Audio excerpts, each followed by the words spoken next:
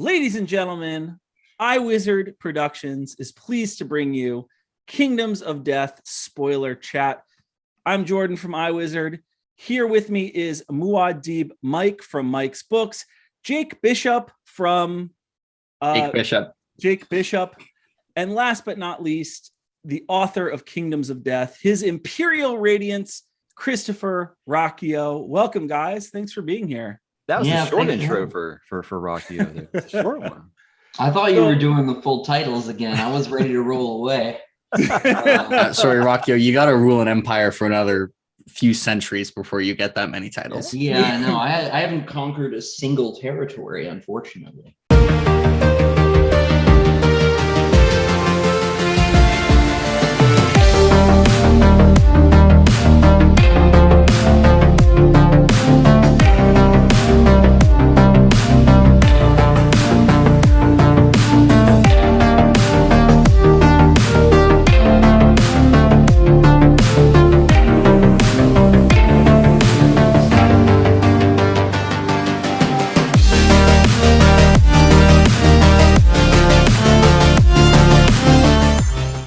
Nor have you been a prisoner for like 800 years at this point either. That's true too. It's actually a lot less time if you count out certain comfortable prisons, so it could be worse. And time dilation, let's not forget about that. Oh, there's that too. We're derailing already.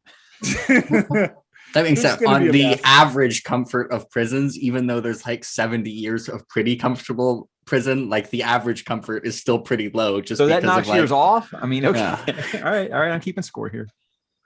All right, guys. So folks at home, this is going to be a spoiler chat. And what that means is we're going to feel free to basically talk about any aspect of the book. And so here's your first and only spoiler alert. So spoiler alert. So guys, let's start by talking about the book as a whole. And then I guess we could get into specific scenes, themes, plot points, whatever you want to do. So let's start with Jake, and then you guys can weigh in, I guess, in any order you want. Jake, why don't we start with you? How did this novel hit you? What was your, I guess, reaction to Kingdoms of Death, and how do you rank it or see it in the overall scope of the series? And at any point, like, we'll go around, and at any point, Christopher, you can jump in and respond or talk about how you see this book in the overall scope of your series, or even the process, I guess, of having to split it up or whatever. But why don't we start with you, Jake? So Kingdoms of Death, when I had just finished Kingdoms of Death, could not talk about it to anyone except Ruocchio, which Mike can relate to. He's had that for books. This was, I love all four. Demon in White is barely my favorite. I thought the end section of Kingdoms of Death is far and away my favorite bit of the series, because the entire last 10 bit, this was supposed to be the middle of a book at one point. Can we just get over that all of that could have happened, and it originally it'd be like, well, 600 pages to go, everyone, yay. Before that, I had it kind of middle of the pack with like the others, and then it didn't quite catch Demon in White. It was the most emotional book for me. So Jordan here finished the book 20 minutes ago, and it's just trying to probably not yell at Ruocchio too hard. But I've had a couple months to recover. But man, you killed the entire Red Company and Gibson in like 100-page stretch. I did not kill Gibson. He died of old age. It was peaceful and age has no meaning in this series to me. Everyone's like 1 billion years old and they never die. So don't give me that one. Yeah, well, there's that too. That's because I'm bad at math, and that helps to hide any weird arithmetic errors. So that's why the ages are all so big. Because no one cares anymore, so I don't have to keep a calculator around. All right, Mike, what did you think of the book overall? Just be honest. We're all friends here. First off, I want to say, guys, I am Mike, and I am here to represent the everyman who might not be smart enough for these books. So don't worry if you guys were confused a little bit, because I'm going to make you feel smart here. First, I want to thank Christopher for answering my text messages about this book like I was 5. I do appreciate him taking the time to do that because, the chapters that start with the 30, those were kind of, what in the hell am I reading right now? What is going on? I'm reading Tad Williams right now, and everything is prophecies and fever dreams. I'm like, I feel like I'm reading Kingdoms of Death again, But hey, outside of that, I gotta say, I'm impressed because, I've read some of the most grimdark stuff ever. And I'm pretty convinced now that George R. R. Martin is too soft on his characters because, it really almost feels like a soft reset because there's like 2 characters left alive. So I'm excited to see where you go after this, man. I'm anxious. And again, Mike, like Jake said, this is supposed to be the middle of this book. Holy hell. So we're going to get into probably a little later. I want to know about like what you had to change when you knew you were going to be splitting this. Was this originally where this was at in the story? Yeah, pretty much. Wow, a lot less. Third act. Or really, because I kind of think I thought about the combined volume as having 5 acts, and this is kind of the first 3. And so there really are 2 big sections that got sort of turned into Ashes of Man, which we'll get to in December. But less changed in this than people think. There were, I think, 2 chapters that got added. And that was about it. Everything else was basically as is, because there was a pretty clean stopping point, Gibson's funeral, right? And so as soon as they sent me that news, when I was done swearing, I was like, oh, I know what I have to do, right? And then I went and actually chopped the file in half. I'm like, oh, it's like 10,000 words to the limit they gave me. It's about perfect. Which of course, then I wrote right up to the line. I think I ended up like just barely scraping 200,000. It was like 200,000 and like 13 words. And I was like, it's fine. So like you said, you're bad at math. Yeah. Yeah. And I'm really bad at following orders too. So. Hey, Mike, do you remember in our chat the conversation of people who kill characters and like modern fantasy authors come up? And I might have at one point had a somewhat maniacal chuckle knowing that you would be reading Kingdoms of Death soon. Yeah, but obviously I couldn't be like, so. And then I was like, hey, I feel like Tor being alive is like the consolation prize. See, I didn't kill everybody 2 chapters later. So, but it was age. It wasn't Christopher. So. It wasn't me. I didn't do anything. I do nothing. But as far as ranking it, guys, for me, it's too early. I can't rank it.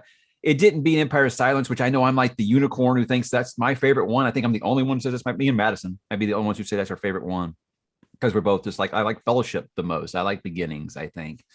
I totally get that. It's too early for me to place this. I mean, yeah, I feel like it's at least on par with Howling Dark, which I liked second best. And I know everybody's favorite is Demon in White. I don't want to say it's my least favorite, but I'm saying I feel like it's at least a par on that. But when you got 4 good books, someone's got to come in last, right?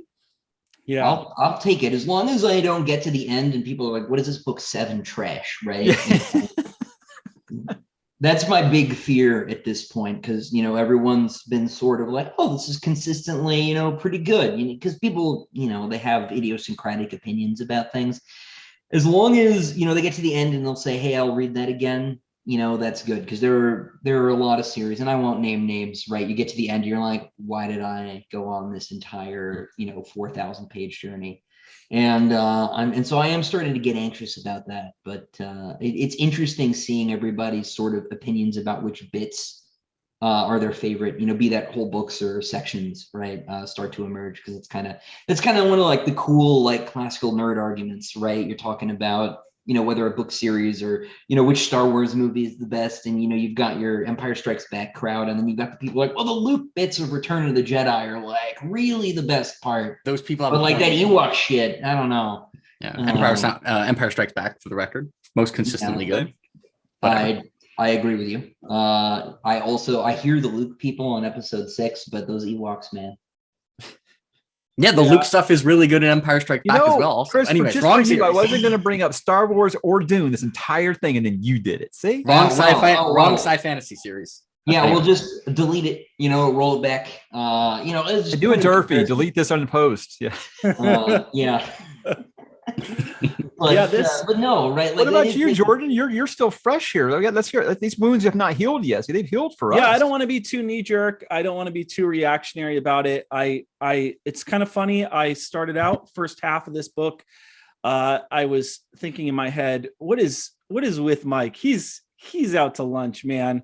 And I think I'm like halfway between you, Mike, and Jake. I guess I would say right now for me, Demon in White is my favorite Sun Eater book.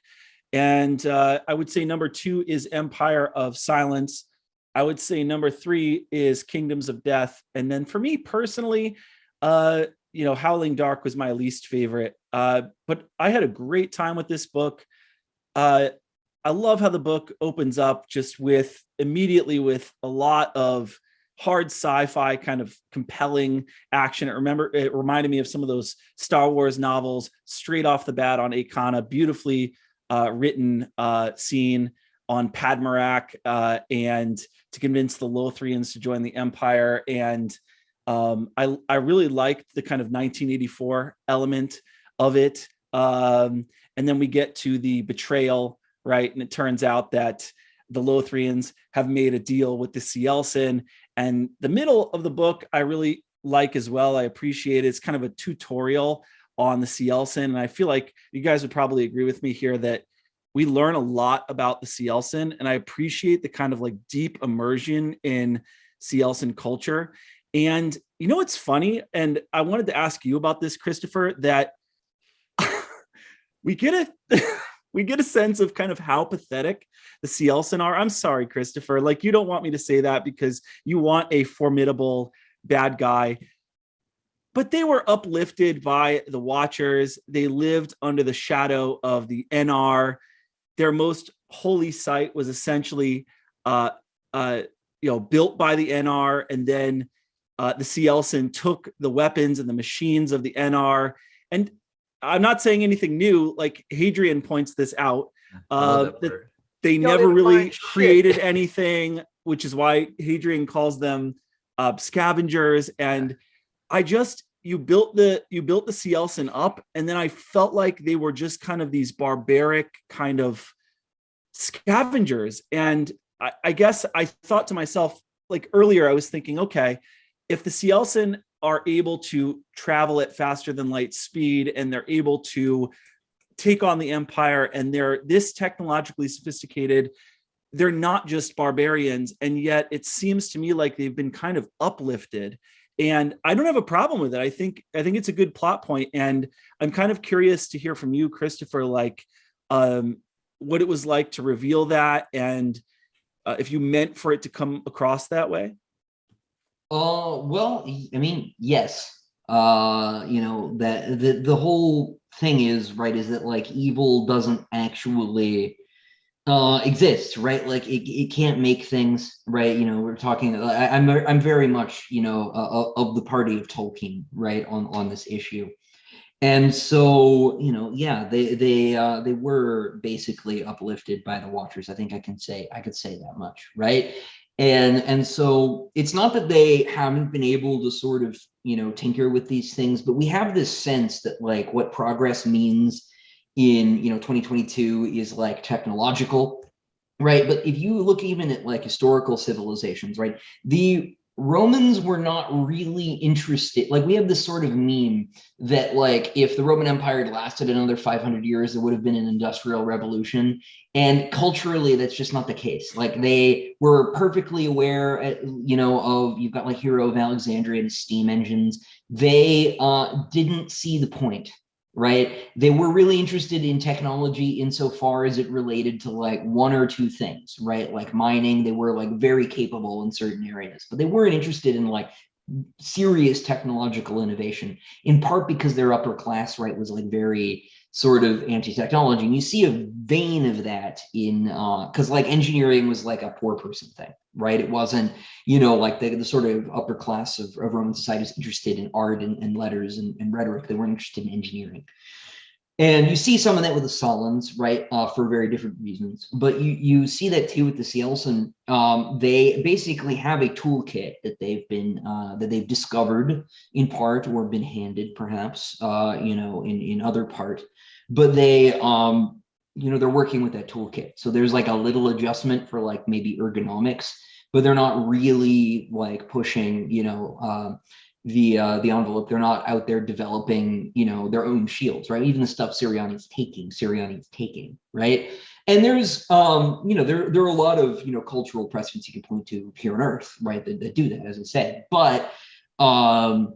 But yeah, no, that was very much a deliberate choice, because they also biologically probably can't operate a technologically, a proficient civilization, right? They actually, kill each other to get ahead, right? Like, as a matter of course. Some humans do, right? But like, it's not actually like, you get social theorists and stuff will say that that's what humanity is. Like, it's not what humanity is, right? Humanity is mostly pretty cooperative.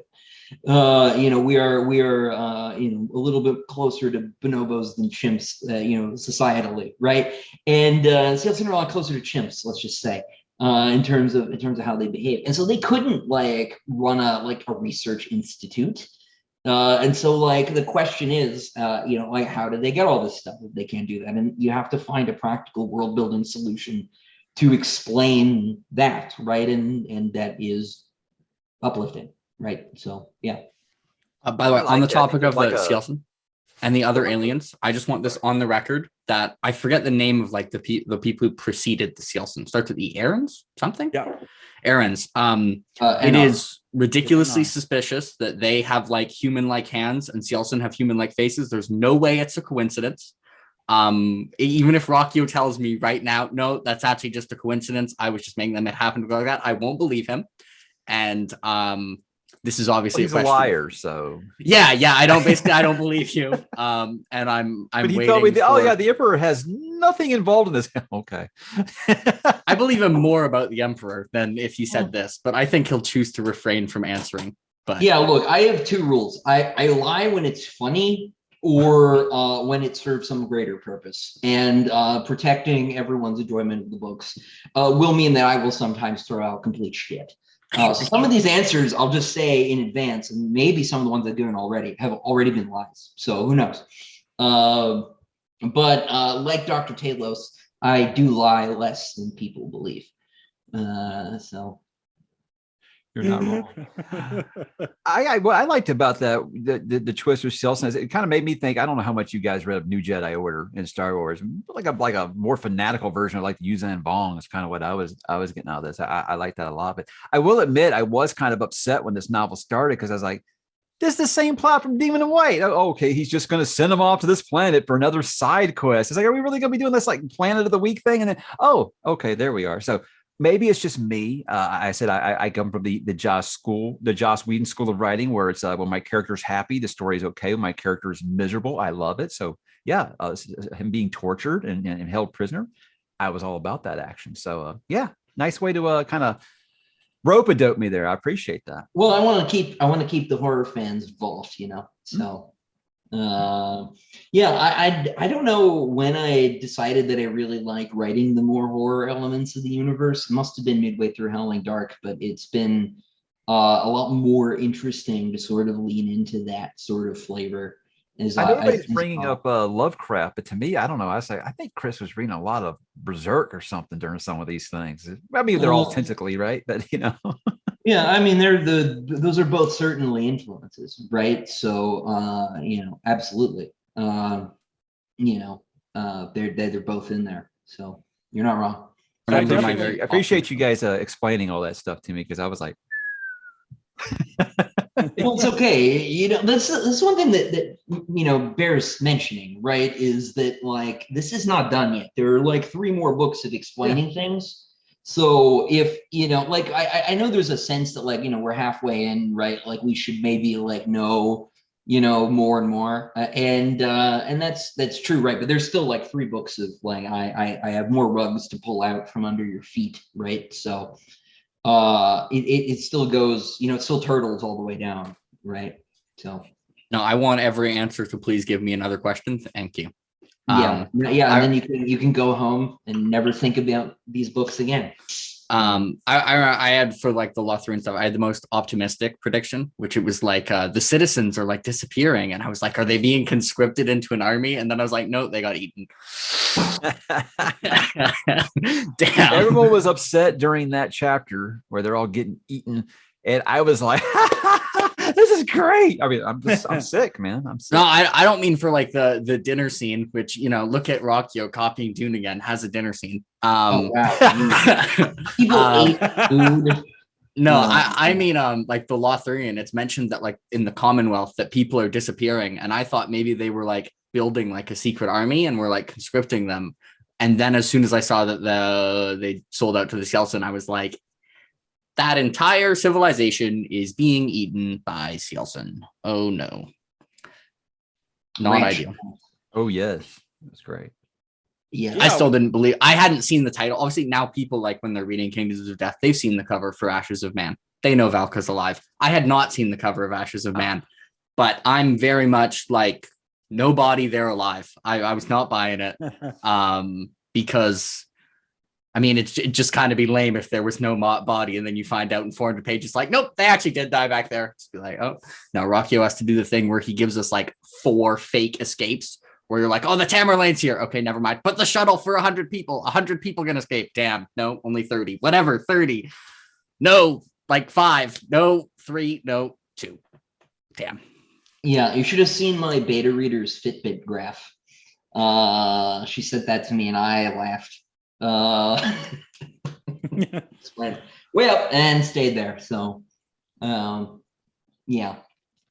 Yeah, when the first couple of people, because a lot of time, like when a huge disaster happens in a book, what happens is like there's like one big main character death, or like maybe 2. So when the first couple came in and there was a shuttle that could take 30 people, I was like, okay, so those are like our main deaths, but the rest of them are gonna make out, and then you just slowly cut them down.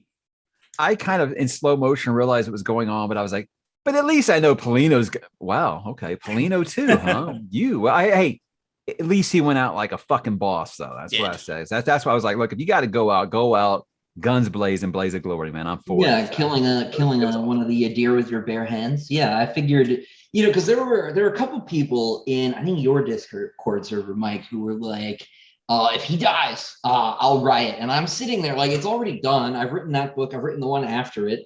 And I'm just like, I'm not gonna fix that so that I avoid a riot from you. Guys hear that? He is pro riot. You heard it. You heard it here first. Yeah. Yes, basically, you got me. Take it to the digital streets. But no, I looking at that, I was like, you're gonna be okay with it. I think. I think it's pretty cool. So yeah, if it had been a cheap death, yeah, I think I might have been, part of the mob there, but no. We want to give the characters their due, right? You don't want to just sort of like shuffle this stuff off and disrespect your own material, right? Or someone else's material if you're writing someone else's stuff, right? You want to take stuff seriously, and and one of the sort of things with the whole series, right, is because it's already like done, right? It's being written about. Is there's already this sort of like mechanism of fate, right? And so doing the like typical literary, like everyone gets away at the last minute thing wouldn't have been in keeping with the sort of tone and the theme in the first place, right? Because you do know where this ends, you know where we're going. And that's not to say there aren't going to be some surprises, but it would be cheap if I led you all the way to the end and you everything just sort of happened off stage, right? So that sort of sequence, right, and knocking all the characters off sort of inexorably, right, is sort of a repetition of this motif, right, that like there isn't actually any getting out of this, right? Like we are going where I've said we're going, and there is a plan and all of that. So yeah, and if we, when Hadrian first got imprisoned, if we can believe like the vision of already tortured Hadrian, which presumably is the Quiet, then this is all part of the plan. Everything is actually going off without a hitch. This is apparently what needed to happen. Might not be a good plan, but the plan is working. That's got to, in hindsight, considering everything that happened, got to be one of the most like chilling scenes in the book, like the completely beat up Hadrian telling like the Hadrian that just got imprisoned, which at first he doesn't realize it's him, and giving him the old "this must be." This really must be Ruocchio? At this point, yes.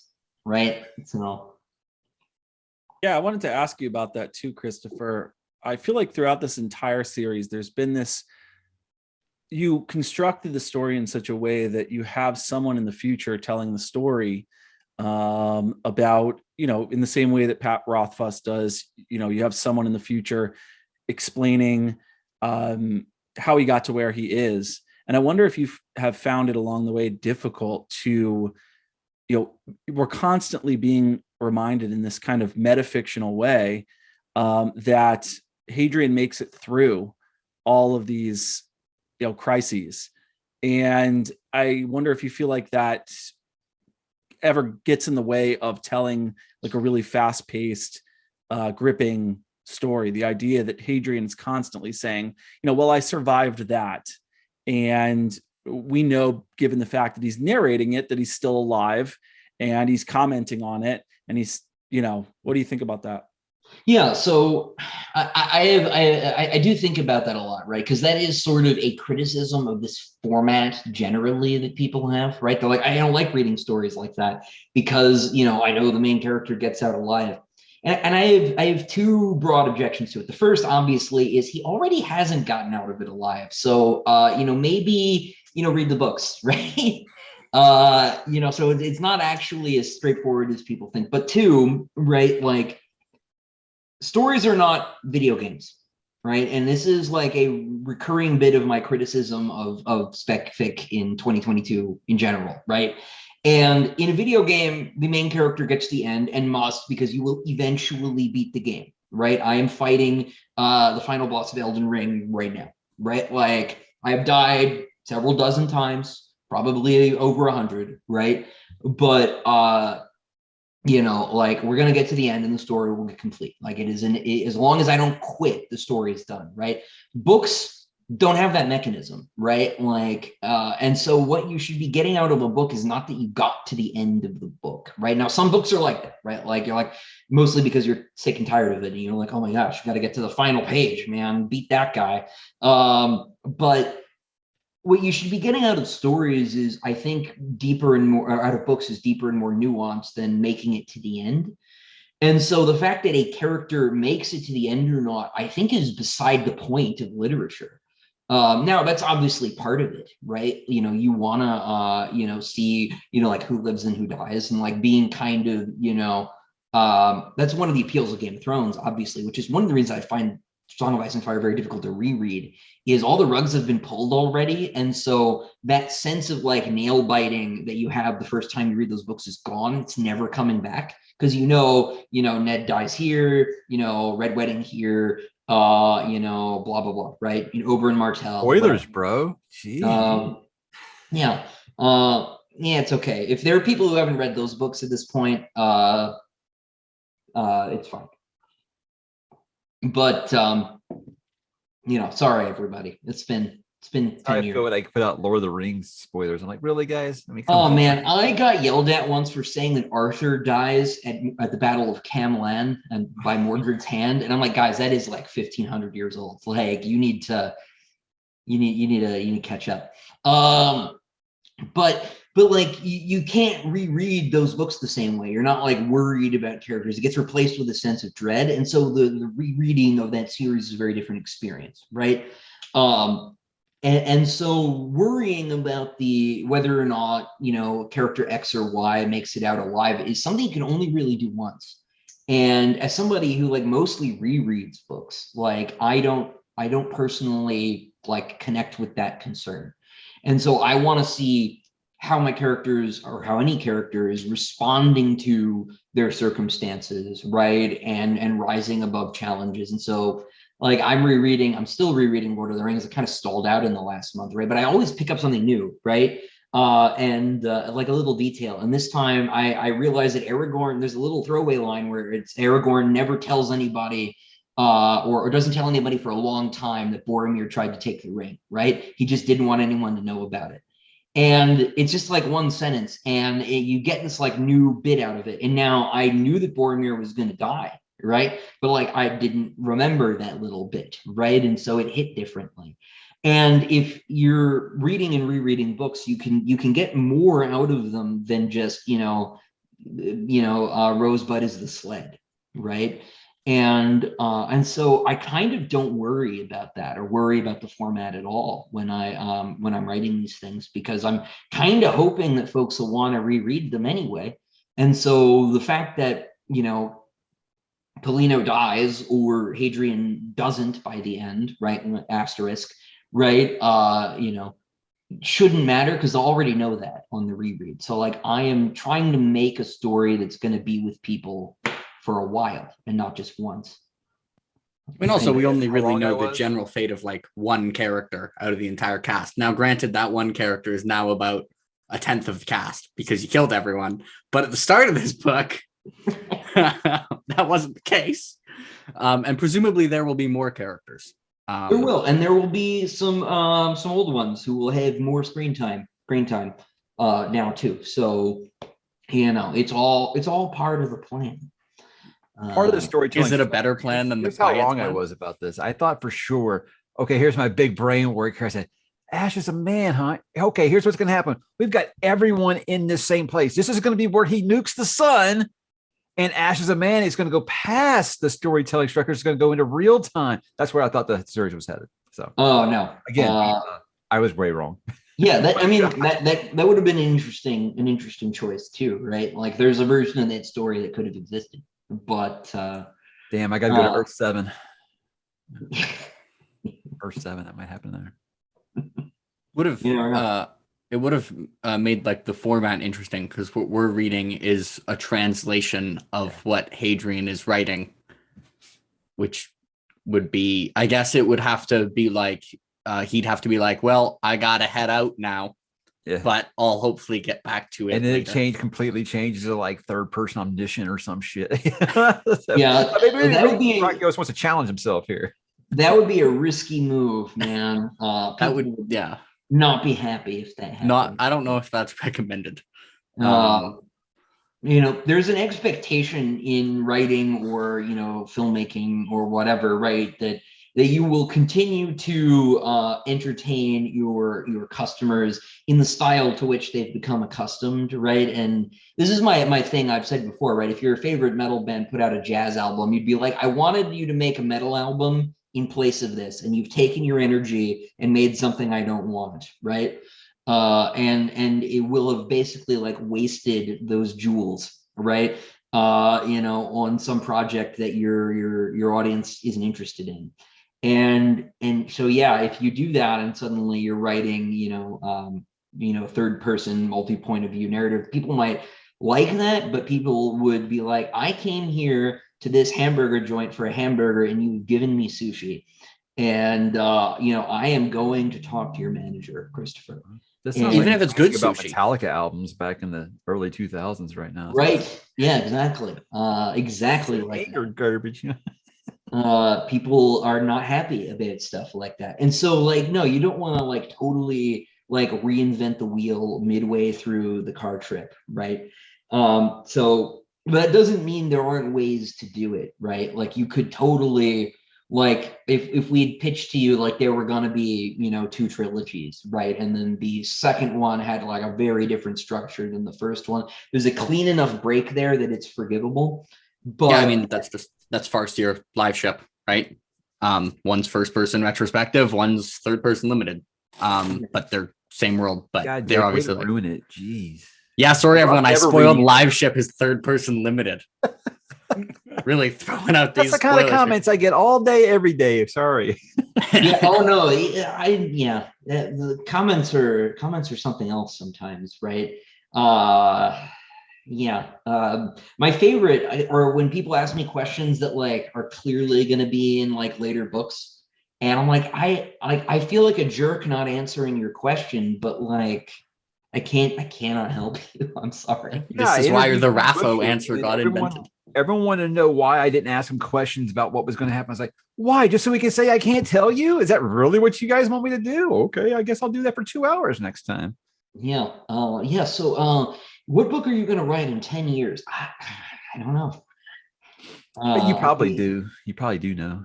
I mean, I don't know which one, but I have like a pool. I've been outlining something actually today. I couldn't work on this short story, so I procrastinated by doing something else. So I'll be able to be like, oops, I wrote 4 secret books, totally by Sweet. accident. I'm gonna buy stock in your Kickstarter then. Sweet. Yeah, wasn't totally a plan of mine. It's like the oops, all crunch berries of of book writing. So Christopher, I kind of wanted to ask at some point about the Lothrians, because I'm fascinated kind of about the philosophical architecture of your of this book especially, but of the entire series in general. Okay. I don't know. You can tell me. Obviously, the Lothrian Commonwealth is kind of an extreme version of 1984. Tavros, to me, and you can correct me if I'm wrong here, has more of a Brave New World feel, whereas the Lothrian Commonwealth is kind of like 1984 with the Newspeak Dictionary. I guess you could say along with Ayn Rand's Anthem, just in the sense of it's completely identityless. And with Tavros, and what I find interesting, Christopher, is in this book we get to see Valka kind of team up with Hadrian to kind of criticize the Lothrian culture on Padmarak.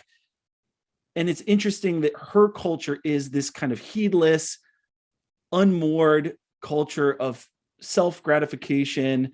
Everyone's encouraged to not stay married or develop long-lasting relationships. It's kind of a culture of illusion. And on the Commonwealth, you have the gray bleakness, the brutalist architecture. I'm actually teaching 1984 right now, so it was really evocative for me. You've got the bad air. You've got essentially what is the finalized version of the Newspeak Dictionary in its final form, where you just have lists of pre-chewed thoughts and talking points.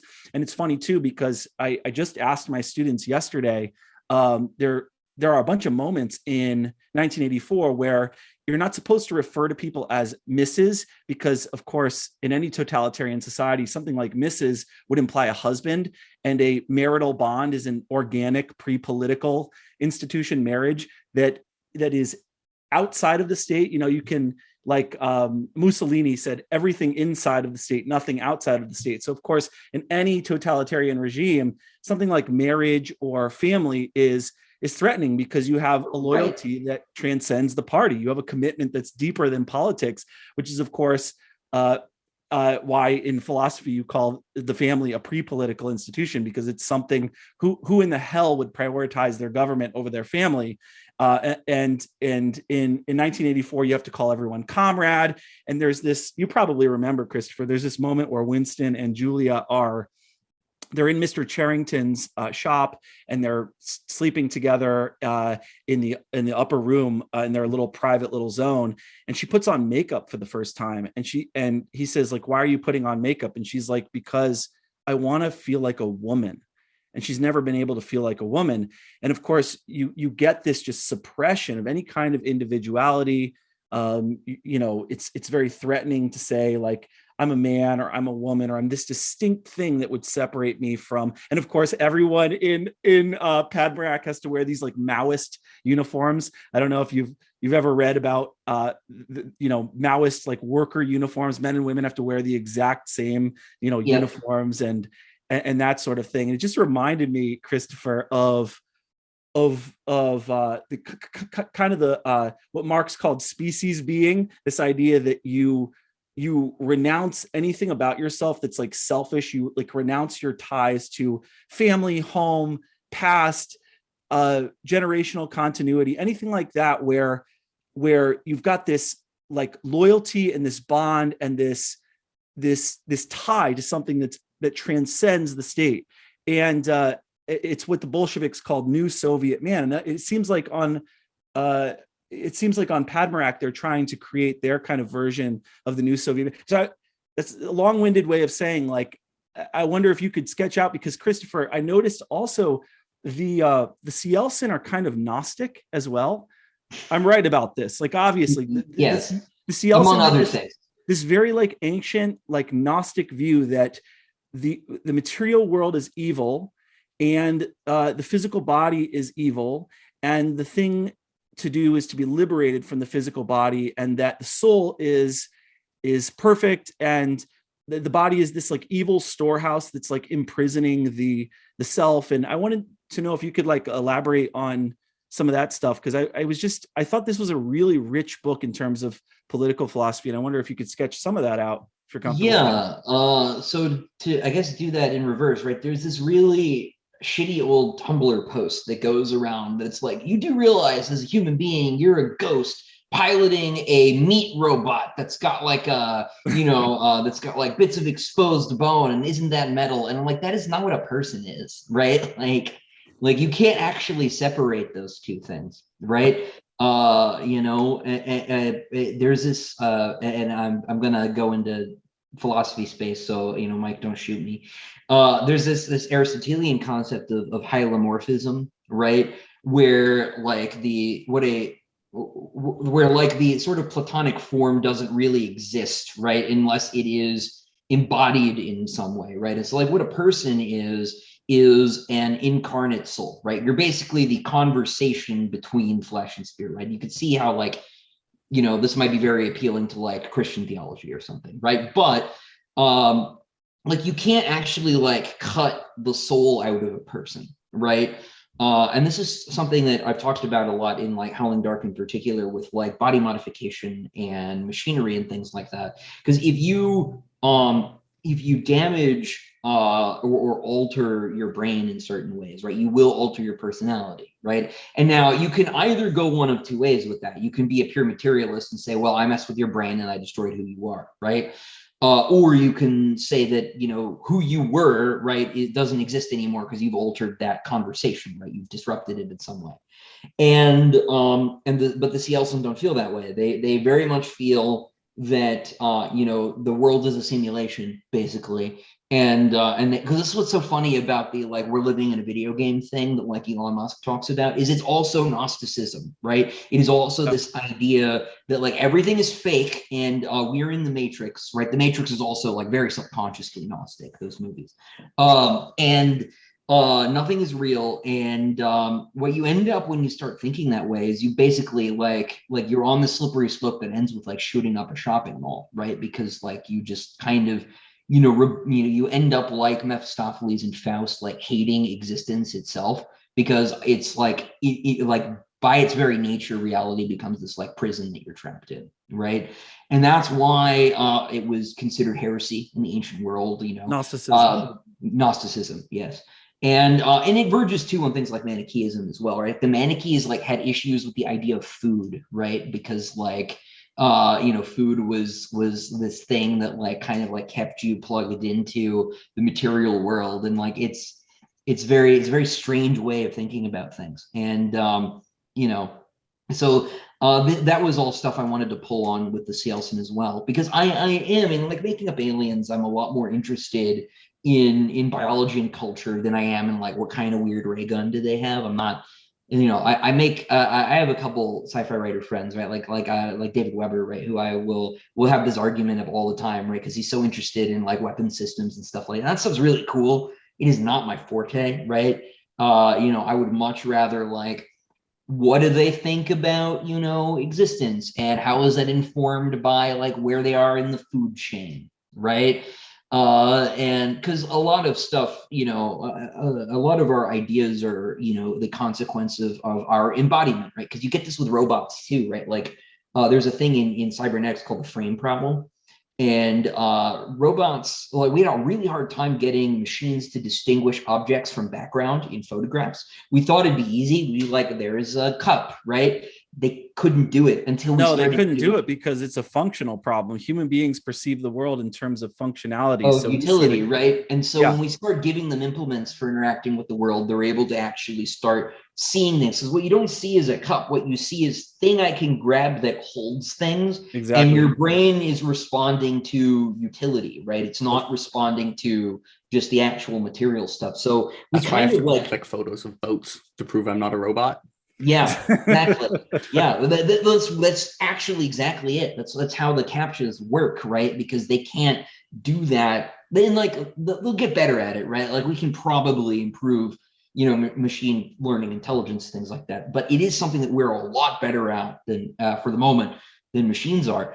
And so and that's because we're responding to this sort of idea, like people make fun of Plato, right? Because he's like, oh, there's like a magical world where like there's a perfect chair, dude, or like a perfect triangle. Like, what are you talking about? It's crazy, right? But there is like a like idea of a cup in everybody's head individually, and it's broadly the same, and we all kind of respond to the cup the same way. So what we're responding to is like the idea of the cup that's like incarnate basically in the actual cup that you see, right? So like there's an idea of cups that's in all cup-like things, and this is true of people, right? And so like a lot of Hadrian's philosophical argument with the Extrasolarians or the Cielcen is about this, right? Because the Extrasolarians are everything is neat, right? There is no spirit, right? We can do whatever we want to ourselves, to you, none of it matters, right? And the Cielcen kind of arrive at the same basic conclusion, but because they're going the opposite direction,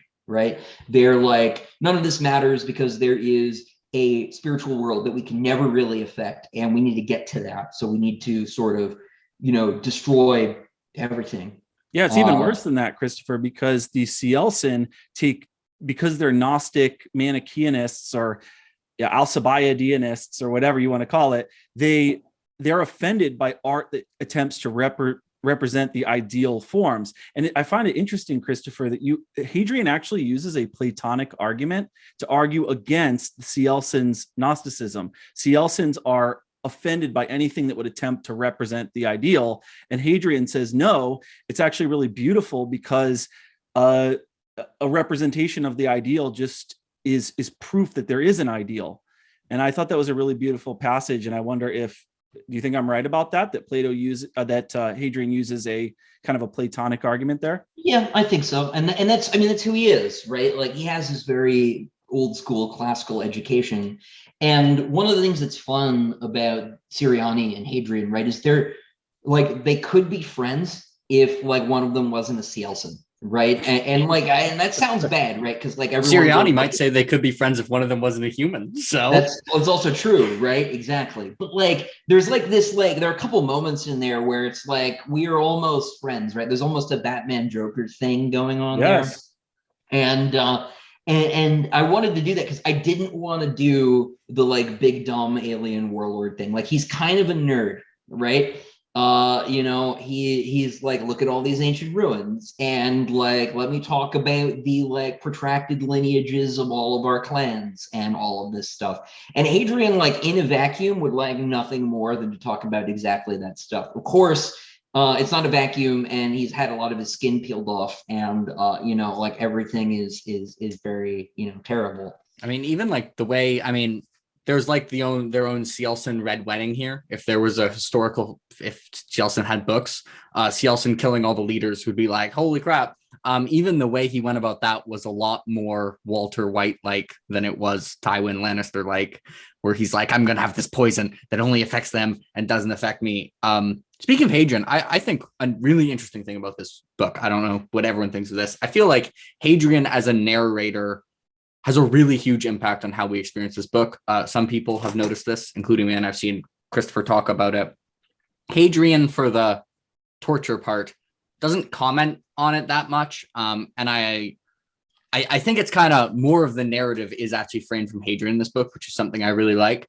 I also am starting to see like Hadrian, when he was growing up like an Empire of Silence, was probably slight bias against the Empire because he'd only ever grown up under Alistair. Now he's almost starting to go in the opposite direction where, it's been hundreds of years since he's really seen the bad stuff the Empire does, like most of when he interacts with the Empire, he interacts with like, you know, he sees the Emperor's doing some pretty good stuff. Yes, Mike, I know he might not be doing some good stuff. He's like, oh, look, the legions are saving people from Cielson. And I think it's interesting how he's kind of become biased in like completely the opposite direction, because he's how old is he at this point? I can tell you exactly. 260. Oh, he's old. He's older than that. He is also another random thing. This is the first book where current Hadrian has referred to past Hadrian as like not young, as old. Even in Demon in White when he was like 200. And you can kind of see it's because of the events of Kingdoms of Death, not because of age. But my guess is like the first time when I read Demon in White and really old Hadrian thought of like 200-year-old Hadrian as young, I was like, that's interesting. And after reading Kingdoms of Death, I'm like, oh, now he's old. Yeah, Jake, can I add to that? I wanted to, maybe you can follow up then, Christopher, on what both Jake and I said. I wanted to actually talk about the arc and development of Hadrian's attitude toward the Cielson. This is something I've been talking about like in my book reviews. Obviously in book 1, Hadrian is this angsty young man. He wants to understand the Cielson. He does make, I Facebook messaged you, he makes moral equivalencies all the time between the Cielson and the Empire. He believes the Cielson are basically no worse than the Empire. And we begin to feel like maybe we can't understand the Cielson, but at least they're proud, they're noble, they're courageous beings, even if they are these scary, enigmatic creatures that we can't understand. And then over the course of the books, and I know everyone talks about this, that rug is pulled out from under us, especially in Howling Dark and Demon in White, where we get to actually see what the Cielson do. They're these ruthless, kamikaze bombing, merciless, no, they're not cannibalistic. They're man-eating, bloodthirsty monsters. And then in this, it's interesting, Christopher, in this latest novel, we get this like rant from Hadrian about how he wishes kind of that they could just talk and overcome their differences. He notices that Siriani is a lover of his own culture's antiquity, so he's kind of like a kindred spirit. And Hadrian says, I almost imagine that we could be friends in another life or something like that. And what tales we could have told each other as we talked in our reverie or whatever it was.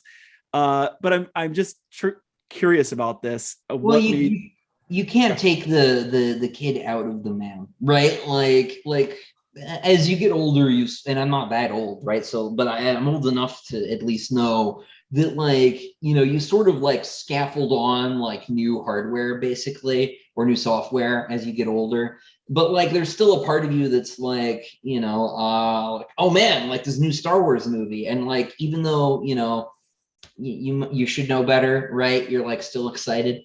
You know, that's the analogy I'm going with. I did it again, Mike. I'm sorry, I mentioned Star Wars. You know, but it's the same sort of thing, right? Like there's still a piece of him that like is that kid who wishes that he lived in Star Trek, but he doesn't. He lives in Sun Eater. And you know, the Klingons are actually, you know, not just people with bumpy foreheads and like weird looking swords, right? Like you know, they actually like really like feel differently about things. And I shouldn't make fun of the Klingons. They're pretty good as far as Star Trek aliens go. Unless you're talking about Discovery, then you can make fun of the Klingons just plenty. Yeah. Let's not even, when you get into modern Star Trek, man, like it's as bad as modern Star Wars is. Holy cow. It's man. But yeah, no. So that was so that's it, right? Like Hadrian, he knows better, but there's always still a part of like, I think any of us that like remembers being, you know, 15, 20, you know, in Hadrian's case, you know, 105, and wishing things were different. And despite the fact that he knows better, and like, there's a reason hope was in Pandora's box, right? It's not exactly a safe emotion, right? And so having it like that, you know, still around in the back of his mind is part of what's so, you know, difficult and horrible about his situation. Because misplaced hope is really, self-harmful, right? And so that's part of the whole sort of Darrington torture experience is wishing it might be, wishing that there were a way out of it, by talking, and there isn't. I just when you said that, I pictured Hadrian correcting you and being like, "You mean Schrodinger's box? It's Pandora's cat." Yes. I really like messing stuff up like that on purpose. Every time I have an idea like that, I'm like, oh yes, here we go. There's a bit where he misremembers the Prometheus story in this one, and I won't say what he combines it with and sort of spoonerizes it with, because I'm waiting to see if anyone gets it. But his version of the Prometheus story is messed up on purpose. I'm waiting for some classic student to like email me and tell me I screwed up, and so I can say yes, on purpose. But it hasn't happened quite yet. So no, like messing with that stuff's always fun, right? Because it's been long enough, between now and Hadrian's time that like some things should be messed up too. Right? Didn't you mix it up with the Icarus myth? No, no, not that particular, not the particular. I noticed it was wrong. I did notice it was wrong. All right, well, good. You're halfway there. I'll see if you can get it, but I don't want to say. Speaking of series, there's like a few mysteries in this series that I feel like have kind of been 4 books down. And obviously, this is not an answer Ruocchio is going to be, but it'll be from Mike for Jordan, because Ruocchio knows the answers because he's the author. He is? Wait, what? Wow. No, sorry. So going back to Empire of Silence, actually, first I'll do one from Kingdoms of Death. It's been kind of mentioned, whatever. They just kind of stay young and then die at some point. Hadrian has gotten visibly older from his experience in Kingdoms of Death. One of the only other like really advanced Palatines we've seen who's old is Tor Gibson. So the mystery is, what did Ruocchio do to Tor Gibson, and how angry are we going to be at him for it? The answer I'm leaning towards is very. But I didn't miss that, Ruocchio. I know you were mean to him. Come on. Oh, yeah. Interesting. I can give you some world building background, though. So Palatines mostly only really age in like their last 20 years. There are some who's either for like family style choices, because like families have these like ingrained aesthetics, right? The Marlows have their black hair and their purple eyes, right? Or like the Empire's got their red hair, right? But like some of them will like cultivate like a like deliberate sort of silvering and things like that, because it sort of like is dignified or whatever, and that will be like the local fashion, right? But there are also some that just don't have quite the same genetic pedigree, and so they don't age quite as well. So there's a lot of like genetic striation in the great houses. If you're one of the really good houses, you're going to basically be like 35 until you are 700, and then between 700 and 715, you will die. So I'm just going to say that really sounded like it could be an answer that was technically true in the effort to be manipulative, but could just saying, it could be. It could be, and I don't trust you. And then that doesn't mean that there's not a story there, obviously. So, and then the other big one, and I feel like it got mentioned at some point in Kingdoms of Death. I don't know if I read this the longest ago. Okay, actually, technically, Ruocchio did, but he read it the most times. And that's like, okay, the situation in Empire of Silence where he ends up on a mesh is still just incredibly suspicious. I like that's definitely coming back. There's no way. Yeah, I let that go, but I used to think that, but I let that go a long time ago. What was your theory like Hadrian's encountering his real father or Crispin again? But rug puller. Yeah, I think it's. I'm not sure if I'm leaning in favor of quiet interference, like Karn Sagar Americani interference, or Empire interference. Cielson interference seems unlikely because they would have eaten him. So I think we can probably discount the Skelson. But the others, and I mean, Karn Sagar is coming back because the Astrophage is a ship at Forgosos, and it's what destroys the sun. So I'm waiting for Karn Sagar to come back. I really like Karn Sagar, so I'm looking forward to that. I do too. I will say that much. I like Karn a lot. Which is say I hate him, but those are often the only villain I don't enjoy writing is Urbane. Hate that guy. But no, it's fun. It's fun writing bad guys. I will say about the Uranusir problem. I think the pieces are there. If you go look really closely, you can figure out who or what is responsible. I think I'm not going to reread them before Ashes of Ban because it's just soonish enough. Sure, but I'm almost certainly going to reread them before book 6.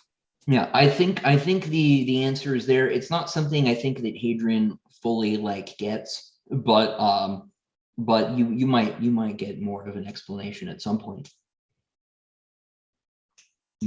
He said, pulling a face. So we'll see. But yeah, like I said, right? Like there's a lot because Mike's over here saying he feels dumb or something. There's just a lot that hasn't been said yet.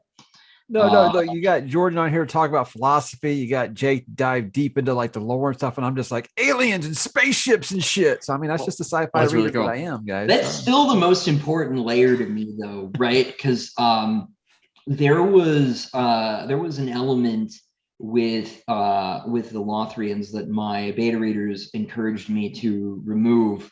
And I was like, if I do that, then they're like, there's no science fiction here at all, right? And then it's not interesting or at all fun.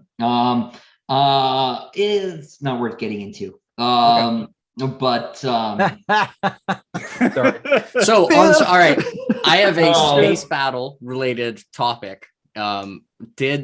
Were in the final battle when they've gotten to Corvo has the guns of the Tamerlane and they're separated from the 90,000 Red Company who are just really having a bad time and they can't shoot at these Skelson because of friendly fire. Were Skaven tactics considered? So other people here know what the Skaven are. So for Mike and Jordan, Skaven are a Warhammer race. I know them more from fantasy, but also 40K, who are famed for sending in fodder and then just friendly firing with super powerful I was magic thinking stuff. an Iron Rain because I'm about Red Rising, so I always mix these together, this and Red Rising, because they both have so much Roman kind of stuff in it. So yeah, because Ruocchio copied Red Rising, obviously, right? Yeah, I mean, because we all know that Ruocchio is a serial copier, So. Exactly. Yeah. Pierce who? I'll say again, I did not know those books existed. We believe you. We're just busting balls. Oh, which reminds me, we dropped the Lothrian Maoism topic completely because there's a whole story there. Because Jordan, you did we talk about this? Because you're 100% correct, right? It is the dictionary, the Newspeak Dictionary chapter of 1984. Is where I got this idea. And I was like, where would this reasonably go? And the answer is eventually you're only allowed to ask for the bathroom in one way, right? You can't phrase it in any other way or dear leader will be upset. And I start reading Book of the New Sun for the first time after I've written Empire of Silence. And Gene Wolfe has already done this. And this is the 4th or 5th time that I have encountered something I planned on doing either in a book or in a movie or something that has already happened. And I when I'm done cursing, just decide to go ahead and do it anyway. And so there is inadvertently again some Gene Wolfe there, right? And then yes, you're right about the Huxley Orwell thing with the Tavrosi versus. Did I get that right? Yeah.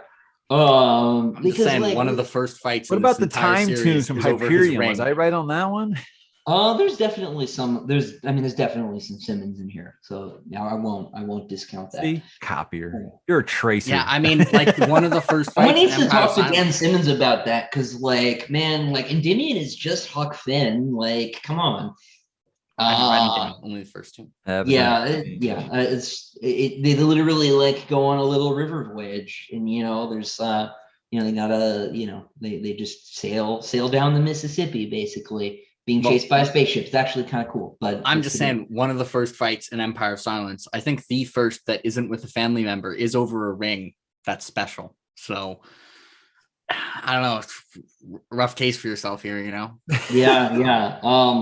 It's funny you say that, because the signet ring thing in Empire of Silence was specifically because the David Lynch Dune movie made a big freaking deal out of those rings, and it's like not a thing at all, right, in Dune. And I was always so flustered by that. I'm like, I gotta go throw David Lynch a bone here. Now David Lynch can adapt Sunny I and didn't not bring up have signet rings. Just for I didn't bring up balance. Star Wars or Dune. This is all Ruocchio. See, So one thing we brought up earlier that I think I know the answer to is like what got added to Kingdoms of Death because of the split. When I first read it, I was like, okay, Journey to Colchis.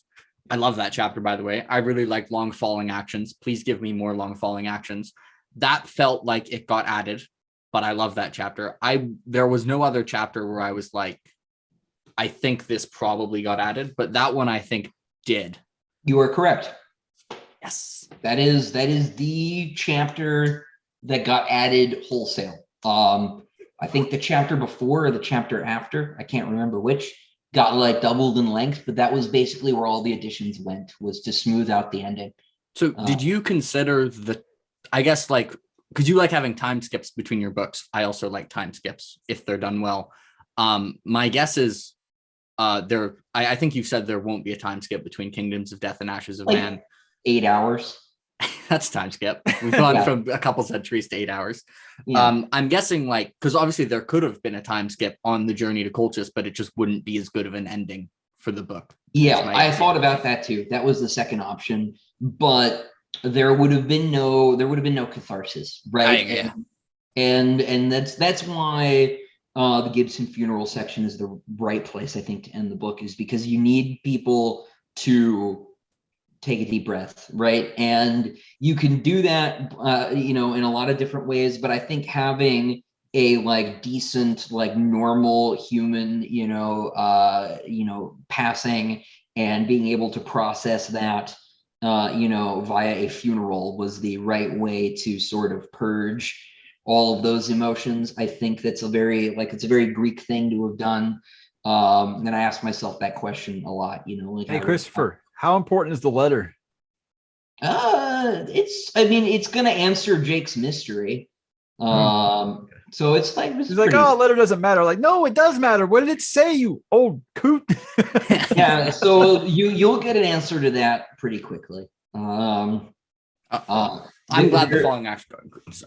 Yeah. So when the books got split, basically, there's like a ragged edge, right? And so basically all of the work on both ends was about cleaning up that split, right? The back 2/3 of Ashes of Man are basically the same. Almost nothing had to change there either. Less a couple little because I added 20 chapters. Ashes of Man got all the new stuff basically, and it got a whole new first act basically. And so you have to add some connective tissue, but besides the odd reference to a chapter that didn't previously exist, the back half of that one didn't change, and almost the entirety of Kingdoms of Death was more or less the same. It was just trying to make the gut punch sort of land more cleanly, with the ending. So it was about sort of coping with that split more than it was about which is funny, right? Because coping is a carpentry term about making things fit, right? So you got a coping saw, and which I'm intimately familiar with now, so having done all this. So Dad, if you're watching, I learned something. But yeah, so that was, you're exactly right. That was where all the energy kind of went, was in cleaning that up, because I didn't want people to feel like I got half a book, and I hope nobody did. Yeah, I think structurally your novels work a lot better for the splitting it in half than most novels that have been split in half, because they already kind of feel like multiple books.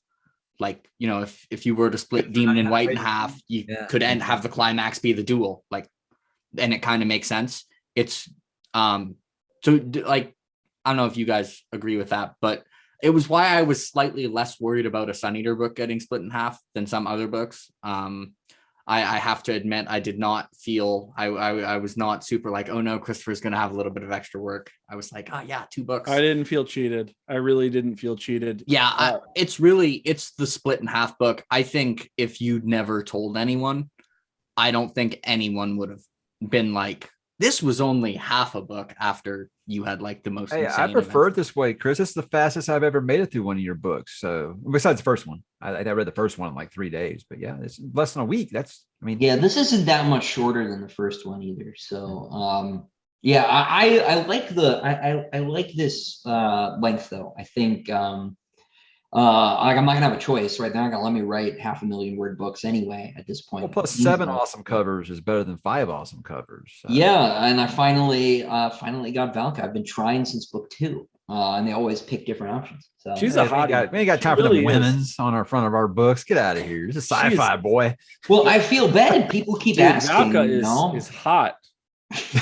Sorry, guys. I'm just gonna be the person to put it out there. Valka. She's got this like guys. It's like what's it's all in the mind's eye, Jordan. No, it isn't. There's something objective about the symmetry. She's gorgeous. She reminds me of what's the Russian woman from The Expanse? I don't know The Expanse or watch The Expanse. You need to fix it, Jake. Like it's all I will. Okay, it's on the plans, Mike. It's over now. You can finish. She's got this she's beautiful. No, I'm gonna read I love the Kieran Yanner cover for Ashes of Man. And by the way, I did notice that you included the line Ashes of Man in Kingdoms of Death at a particularly relevant moment. Was that I try to get them all in there. I think I know that the titles for the last 2 books, assuming there are 2, Ink is Still Not Dry, are in book 5. They might not have made it into book 4, but they're there somewhere. Chris, you want to take a shot at Voltaire? Just cause, yeah. Well, I mean, here's the thing. I don't want to make assumptions here because for years I always was one of those who believed I don't agree with the word you said quote that gets quoted, credited to Voltaire was wrong. Is the line that you use several times in this book, always accuse your enemy of what you're doing? I've seen a lot. I looked that up just because I was like, I always thought that was Lenin who said that. I was like, who actually said that first? And I actually looked it up and I'm like, it was like a big argument over who said it. So I'm going to credit you because I've been saying it to my wife every time she's mad at me about something the past few days. So I'm going to credit you. I'm sure that's helpful. There you go. Yeah. Oh, it's went over well. It's one step above me calling her a Benny Gesserit witch whenever she's mad at me. So, it's like that. It's an upgrade. Oh, man. Yeah, no, I don't honestly remember who said that first because it's a lot of those quotes are really like thorny, right? It certainly wasn't Voltaire though, because that guy. I figured that much, but I thought it was Lenin when I first. Voltaire is the most misattributed quote bumper sticker quote person ever. People get in trouble like every couple of years for attributing a quote to Voltaire that he didn't actually say. I feel like Einstein. I see people quote Einstein all the time. You want to hear the quote? It's Voltaire sucks just cuz. Christopher Ruocchio. Yeah, I'm waiting for, all the societies in Sun Eater that we've run into are kind of bad in their own unique way. I'm waiting for the next human society we run into to be based on the teaching of Voltaire. Yeah, the Voltiari. They're all idiots. Hadrian's like, I think I'm going to do some practice sun destroying now just to make sure I have the kinks down later. And he doesn't feel guilty about that. This is the best fan fiction ever right here. Well, it's funny you say that because I was thinking about taking a stab at Revolutionary France at some point here. So, ooh, and Hadrian's not like actually writing a historical thing because like research is hard, and I am not Tim Powers. Check that one off the list. Mention Tim, Dune, but Star Wars and Tim Powers. That's the holy trinity when you're talking to Ruocchio. You just gotta knock them all out. You could have fit Guy Gavriel in there with Tim Powers. So. Oh yeah, sure. In the same way, those two. Kay and Powers are my favorite living fantasy writers, and but they both are like really, really grounded in their research, and it's not something that I think I have the like bandwidth for, because the way I do a lot of world building is I just like I'll have like an idea, and then I'll just like either wait around until like more ideas present themselves that fit in, or I will I'll just sort of kind of like grab stuff from my own head that like is in like an old drawer where I keep all of my ancient Greece facts or something, and kind of build from that. I don't like to sit down and like read like a day-by-day account of where Lord Byron was, which is something that like Powers or K is a lot better at. And so like I don't know that I would ever do, like when I say I want to take a stab at revolutionary France, I mean like fake France. So hold on though. I feel like Tavros is French Revolutionary, like France, like Dennis. It's got some of it, sure. Denis Diderot, man will never be free until the last king is strangled with the entrails of the last priest. Like that's Valka. That's Tavros. Like Tavros. My brain doesn't even work like this, you guys. Tavros is radical liberal individualism. Am I wrong, Christopher? That's pretty much it. Yeah, there's it's very much like any imposition on the sort of like free time and self-determination of individual people is bad, right? And that includes responsibility. And so there's a little bit of like even like an Eloy thing there, right? Like Time Machine, right? And you can just live in your own head basically, which they kind of literally do because of the implants, right? Which that's the other thing too, right? Like, I understand there are people who are upset that got skipped, but like we're on a schedule here. We gotta deal with the CLs, and so there are always with the exception of this next gap, there are always stories that get glossed over between volumes, and not being able to go and do that story is probably the one I'm most upset about having glossed over. Valka's return home. That being said, that would be a really good candidate for a Valka book, right? So if anybody is getting a full novel spin-off, it'll be Valka, and it'll be that story. And it'll be a shocking plot twist when Valka quotes Voltaire in her head.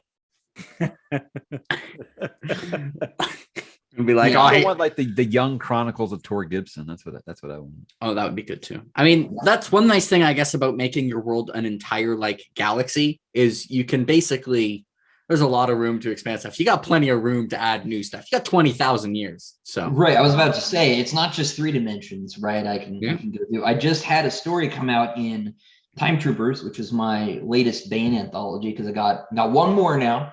And the story in that is set in ISD like 2900, so it's like really early. They don't have shields yet, or artificial gravity. They're still using guns. They haven't moved on to swords yet on account of the shield thing. And so it was fun to get to do that, because it was basically writing a new universe, right? And this way too, like it's still doing heavy lifting for all of the other work I've written. I don't feel like I need to write like a whole new science fiction universe, maybe ever. Don't write a fantasy book, because I want to read that, because I loved your stuff at Court and Demon in White. That's some of the coolest shit. So I was like, damn, I want to see him actually do like this full on like castle politics. This is one reason I like Sun Eater so much. Fantasy is my favorite genre. I like sci-fi. I'm beginning to read more historical fiction, but fantasy is my favorite genre by a lot. And I kind of say to people who aren't like me, like fantasy and more than sci-fi, Sun Eater kind of just reads like an epic fantasy that happens to be set in a giant space empire, which... That's what I was going for. Yeah. I wish they would have put fantasy on the spine. It was a little bit... because Dog will differentiate. They'll put both on either or on the spines of their books, but they didn't quite go for it. I've had this argument for years. It has spaceships and space travel, and it's science fiction. I'm sorry. Yeah. Guys, well, that's the axis, right? Because like everybody, it's sci fantasy. It is the greatest selling science fiction book of all time. Sorry. Yeah, Yeah, no. I think that's I hate these like panels that they do at conventions where it's like, what is urban fantasy? And like a bunch of people argue about what is and isn't. What is grimdark? Oh, I was on a What is Grimdark panel, and I wanted to go grimdark on said panel. You wanted to pull a Siriani? Grimdark is it is killing 99% of your cast in one book, in one act. I have a thing that I say, and I say, take any popular book. Someone out there thinks it's grimdark, and someone out there thinks it's YA. And I have the Goodreads sorting for Dead House Gates to prove it, where people have decided Dead House Gates is a children's book. Mike's read Dead House Gates. Yeah, a bunch of people sorted it as children, which I'm in book 8 of Malazan, and I'm still scarred by Dead House Gates. So. I mean, let's put it this way. I think that happened because the most famous quote from Dead House Gates starts with "Children are dying." So they're like, it has the word "children" in it anyway. Oh, now I get it. If you don't have bad language, you don't have sex and nudity, and you don't have just crazy over the top violence or main characters dying, then it's YA. Oh, yeah. Okay. Wow. Yeah. Well, that's a whole other issue. You know, we talk about how the line between that and like literature has gotten blurred because the like Harry Potter audience has gotten older and they're still reading what was supposed to be YA books. So like the whole market is like chaste 30-year-olds. But that's a big industry, issue. But like the big thing with like the sci-fi fantasy argument is like all people want to know is wizards or spaceships. And like, it's really only relevant when you're like trying to buy the book in the Barnes and Noble aisle. And like, after that, when people talk about cyberpunk, when they talk about dystopia, when they talk about gothic horror, right? Or horror generally, or whatever, like kind of hit like all of those notes, right? And those aren't genres. Those are like colors on a palette, right? Yeah. And like a genre is like adventure or romance or coming of age story, right? Those are genres because they're types of story, right? Like, I mean, science fiction. Yeah, let's put it this way: maybe the most successful sci-fi like media ever is Star Wars, and the protagonist is a wizard. Right. And the main antagonist is a wizard.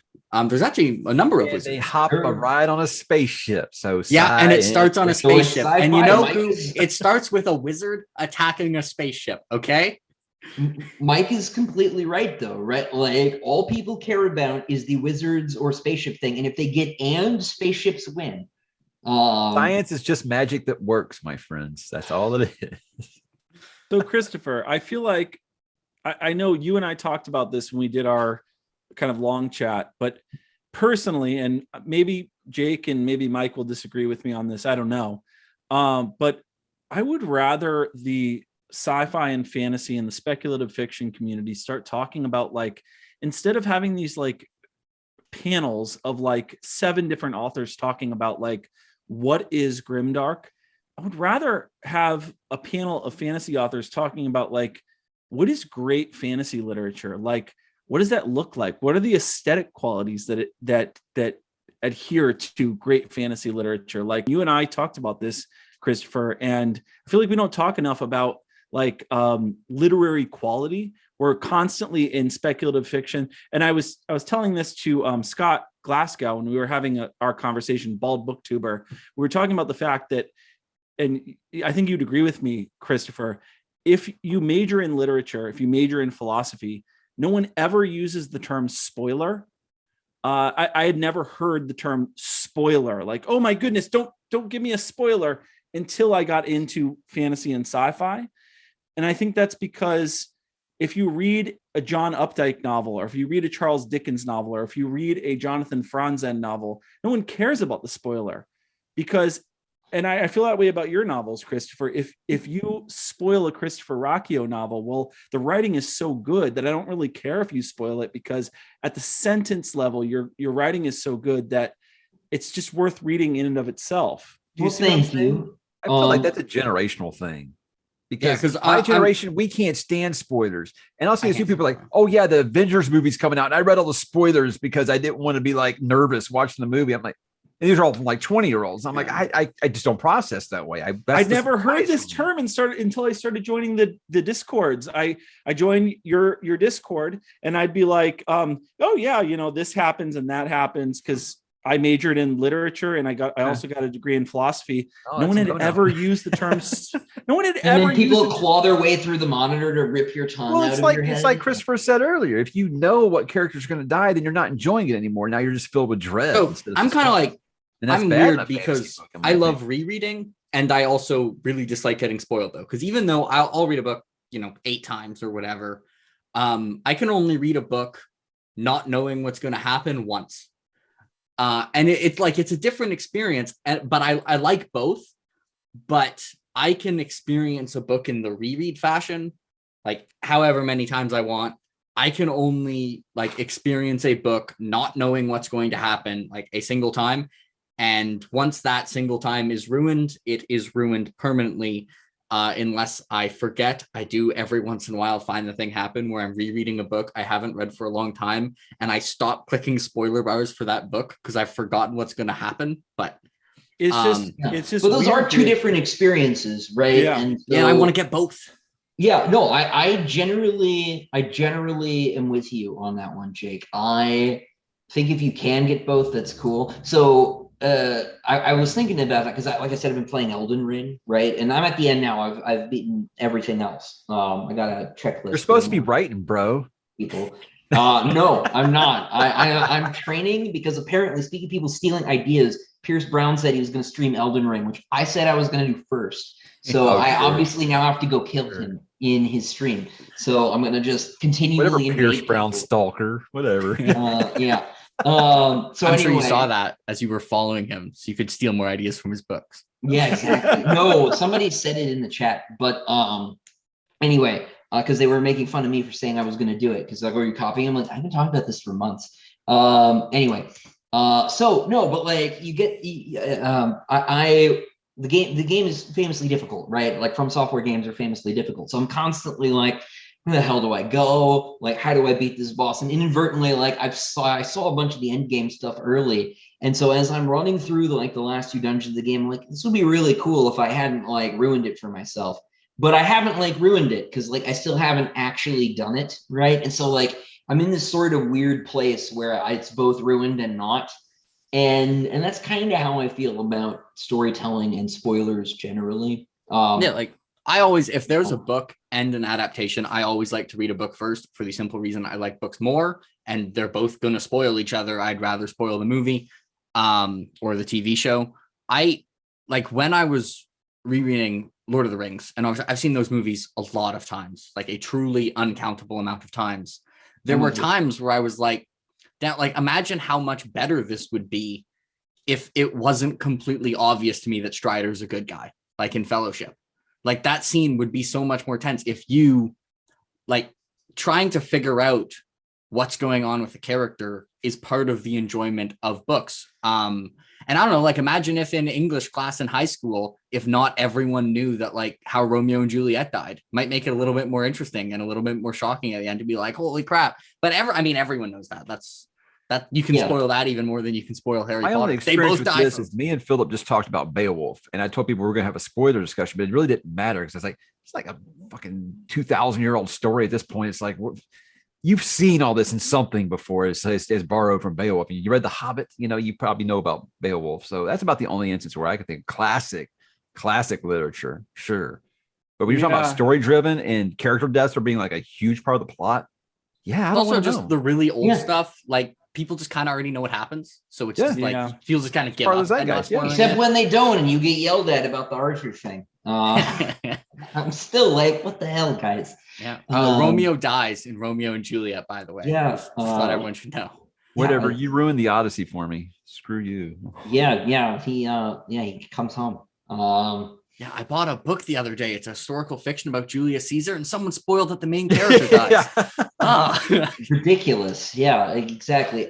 Gilgamesh and Enkidu become really good friends. Don't wanna. It's real new, actually. You want to heard of it. But. I think that's my bias. I think the bias comes from being a teacher, which is that when we're talking about things like James Joyce's Ulysses or William Shakespeare's Macbeth, it really doesn't matter if you know what happens. And so I agree with Jake totally when it comes to like Joe Abercrombie or the next Christopher Ruocchio book. It matters deeply. I don't know. The Christopher Ruocchio book, I feel like that reaches a literary quality, but like, I feel like if like, obviously I know what happens at the end of Macbeth, but if I could go through the story of Macbeth, not knowing what happens, and like it never happened, because you're gonna know what happens before you start. Yeah, and I'm not Duff talking Rex about like ass. Spoiler, guys. There. Yeah, I'm not talking about like someone like I love it. getting down with you and being like, okay, this happens, this happens, this happens, this happens, but like the utter like over the top hyperbolic sensitivity to spoilers. Like when I teach Macbeth, I have students who will read ahead. And for me, what matters with Macbeth is the sentence by sentence level meaning, like the deep analysis of just passages like tomorrow creeps in this petty pace from day to day to the last syllable of recorded time. I'm married to a teacher. This is hitting way too close to home. My point is that it's about the cognitive task of reading and interpreting early modern English and making meaning of it. And it's not just about the kind of like Marvel level plot points. And the difference in like interpretation between like what's more important, story or craft. Because I think if you were to Marvel, you can go to the bathroom and know what happened in that movie. Come on. Like I feel like, let's say you were to quiz people with literature degrees and people who just kind of read for entertainment and ask them what's more important, the story or the craft of a book. My guess is the literature majors would be much more biased towards craft, and the people who just read for enjoyment would be much more biased towards story. And like personally, I would consider I care more about the story. I would be story and then craft. Both are important.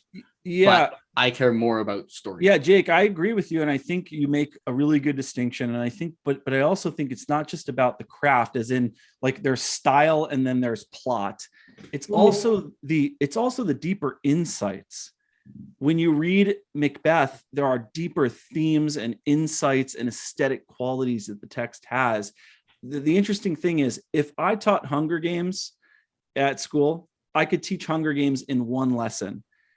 When it comes to Shakespeare, the hard thing about Shakespeare is that I could turn every line into a different lesson, because there's so much meaning and cognitive power packed into every single line. And so that's why when the text is really hyperlinked too, right? Yes. Like it's deeply embedded in a It's like the Bible. Yeah, it's like trying to tell me Bible, Hunger Games can't compare with Shakespeare.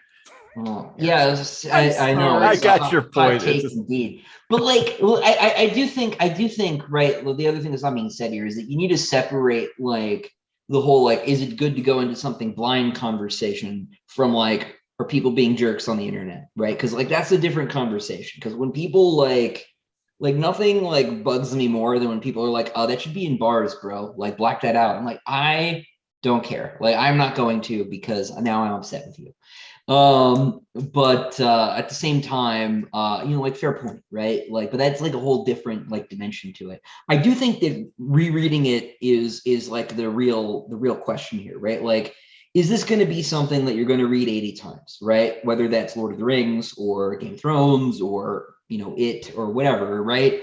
Or Macbeth, or is it going to be something you're just going to like read and then throw away? Because like most reading that happens is that, right? Most people who read my books are going to read them once, right? And that's like totally fine. Thank you, for your time and all of that, right?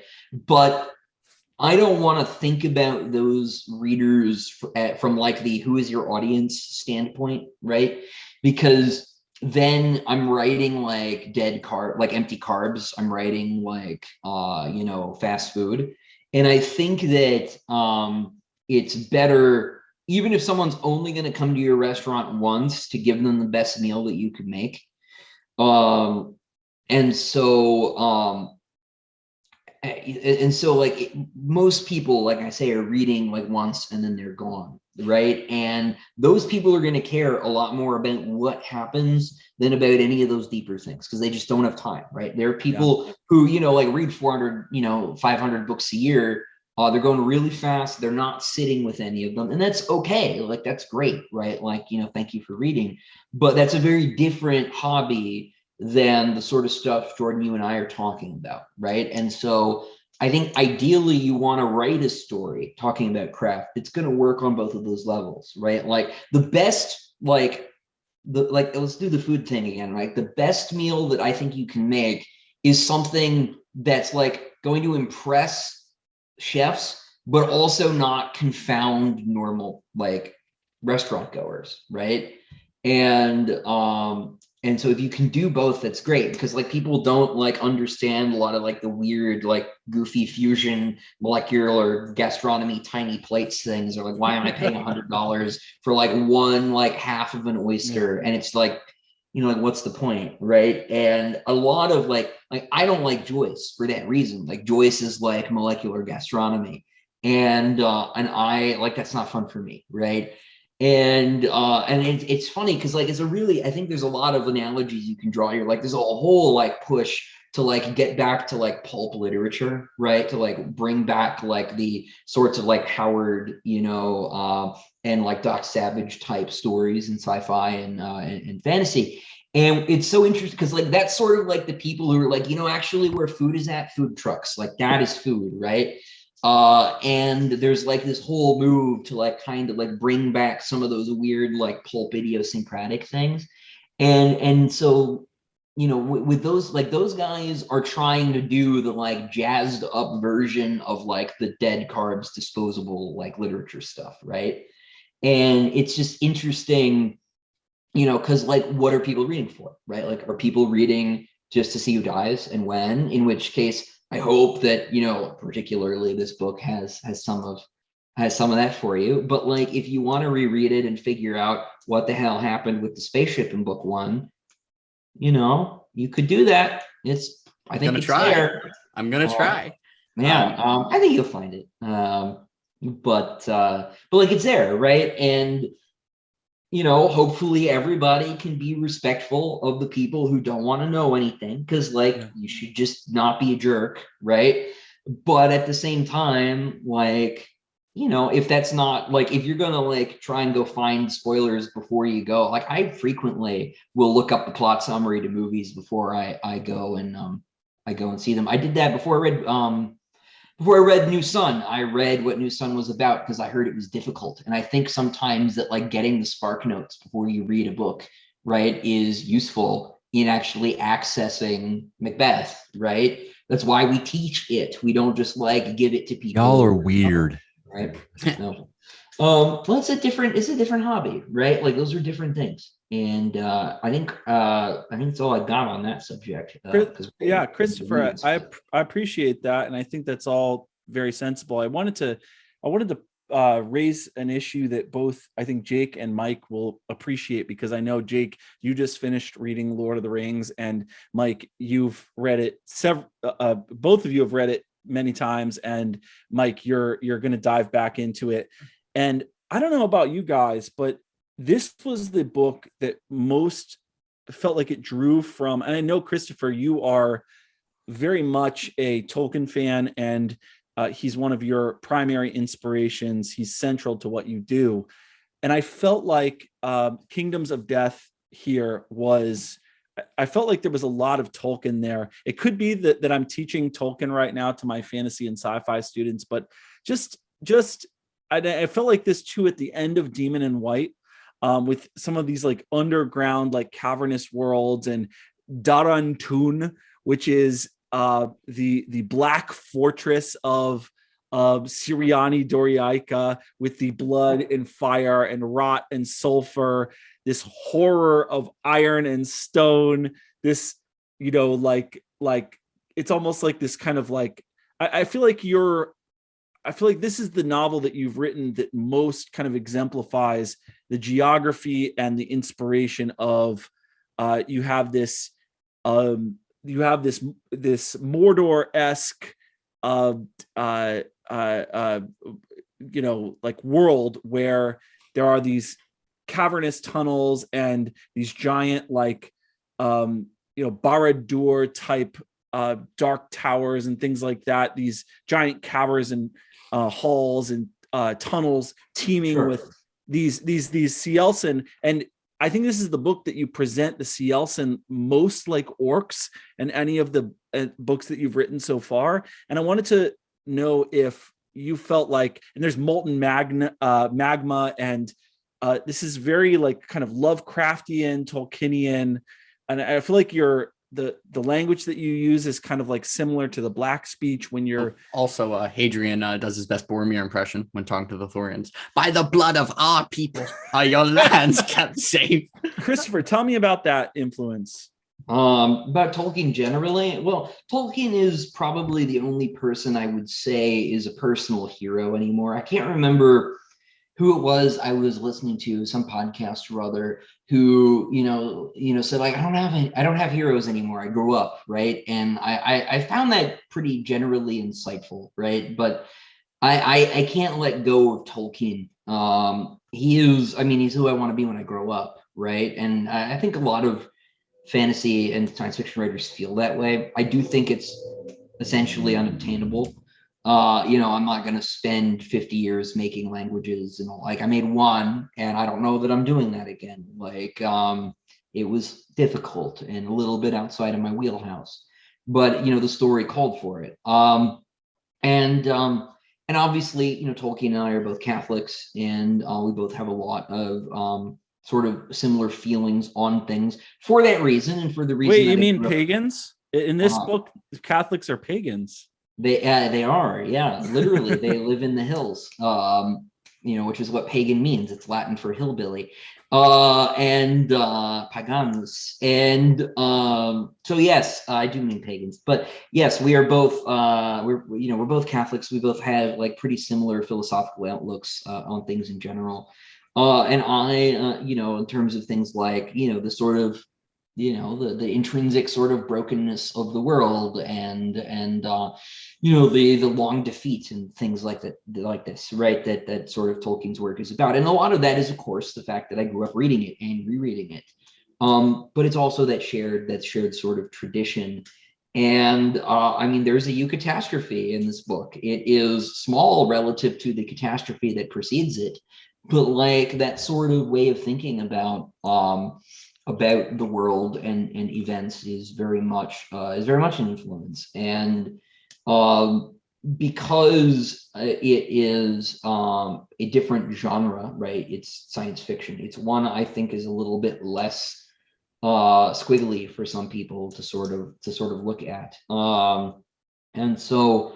And it is all the things that have affected me as an artist and even as a person. I think Tolkien's work is at the top of the list, basically. And so it's very deeply in there, on a cellular level. And so I'm not getting away from it, and I wouldn't want to. Right? There's really good to sort of tie my other big shaper into this, I guess. It's a really good Gene Wolfe essay on Tolkien called the best introduction to the mountains. And it's about Gene Wolfe reading Lord of the Rings when he was a young man, right? And you can find it. You just Google, best introduction to the mountains. I've posted it a few times, talked about it before. But there's a bit where he's talking about how everybody gets on Terry Brooks's case for stealing from Tolkien.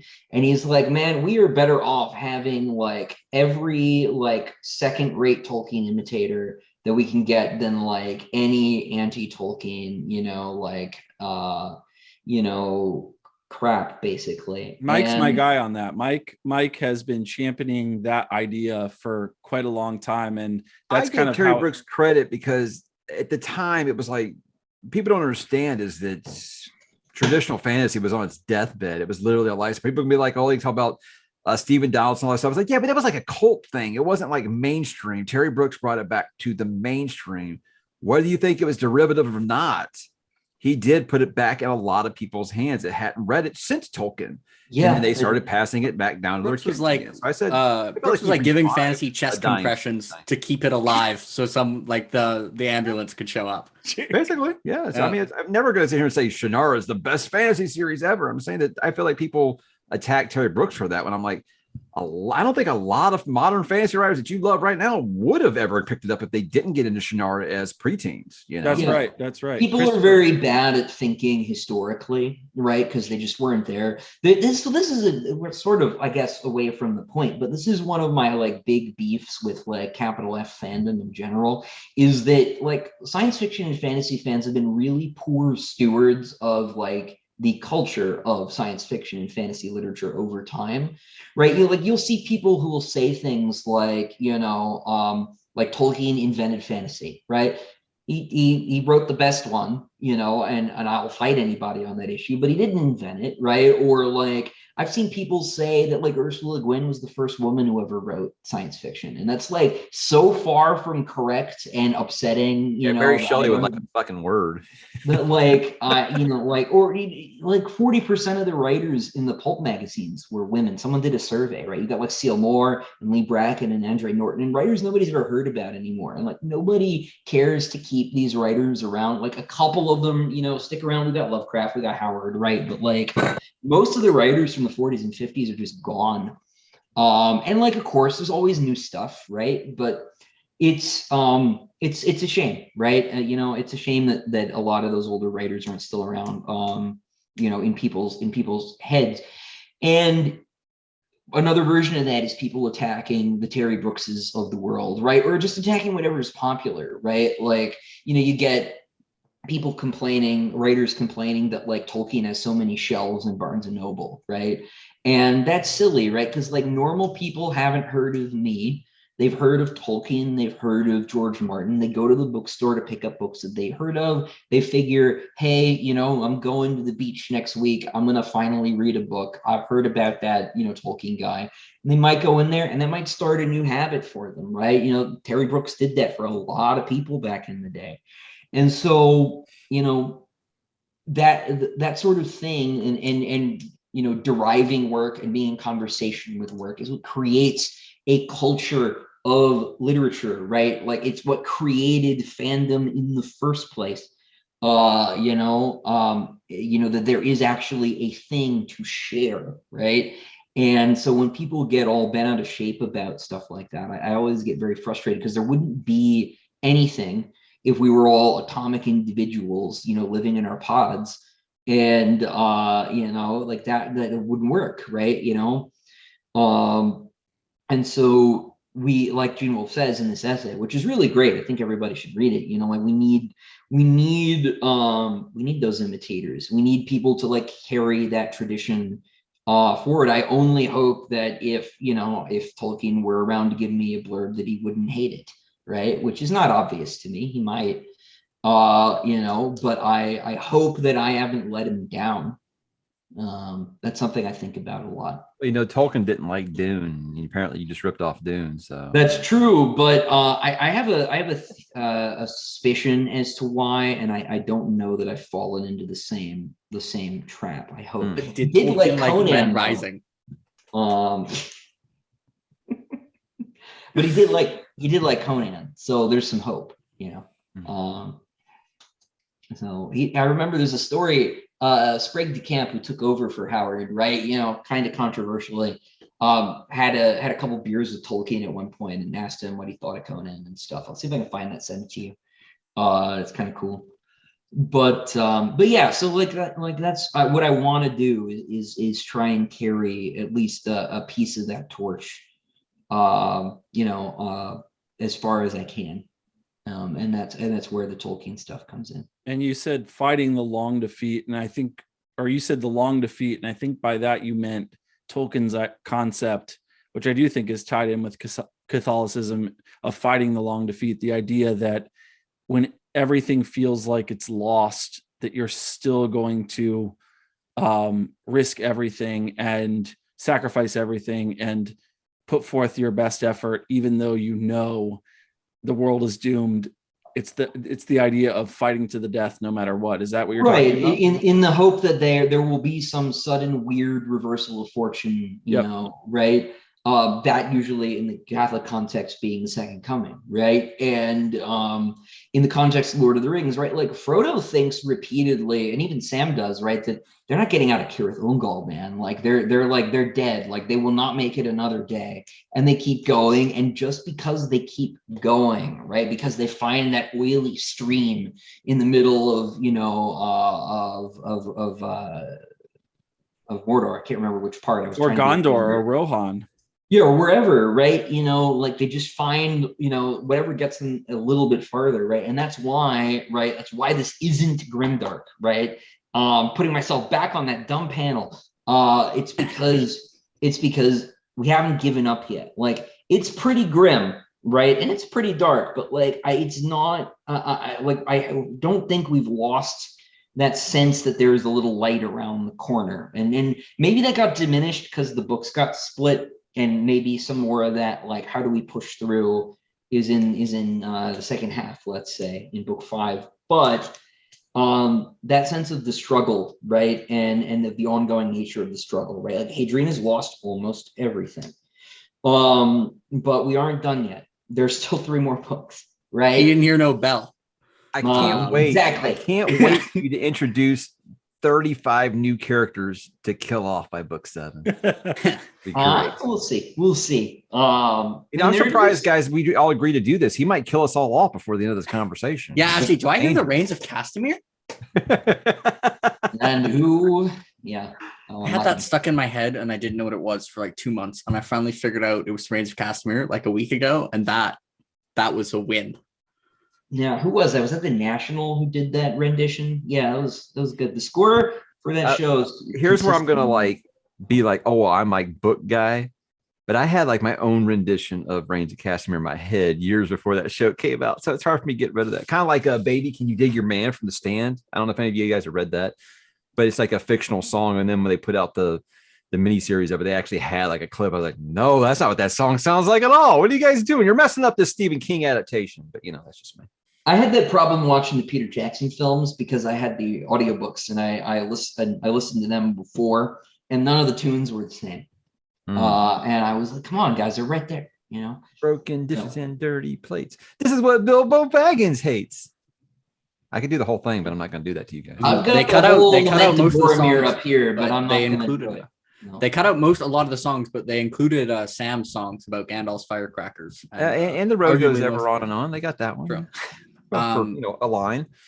I was asking, so what is everyone's thoughts? I'm personally a fan of a pretty long falling action. I actually think probably both of my favorite scene from Kingdoms of Death, it's kind of a weird favorite scene because it's Hadrian by a grave, and I don't even remember the name of the person.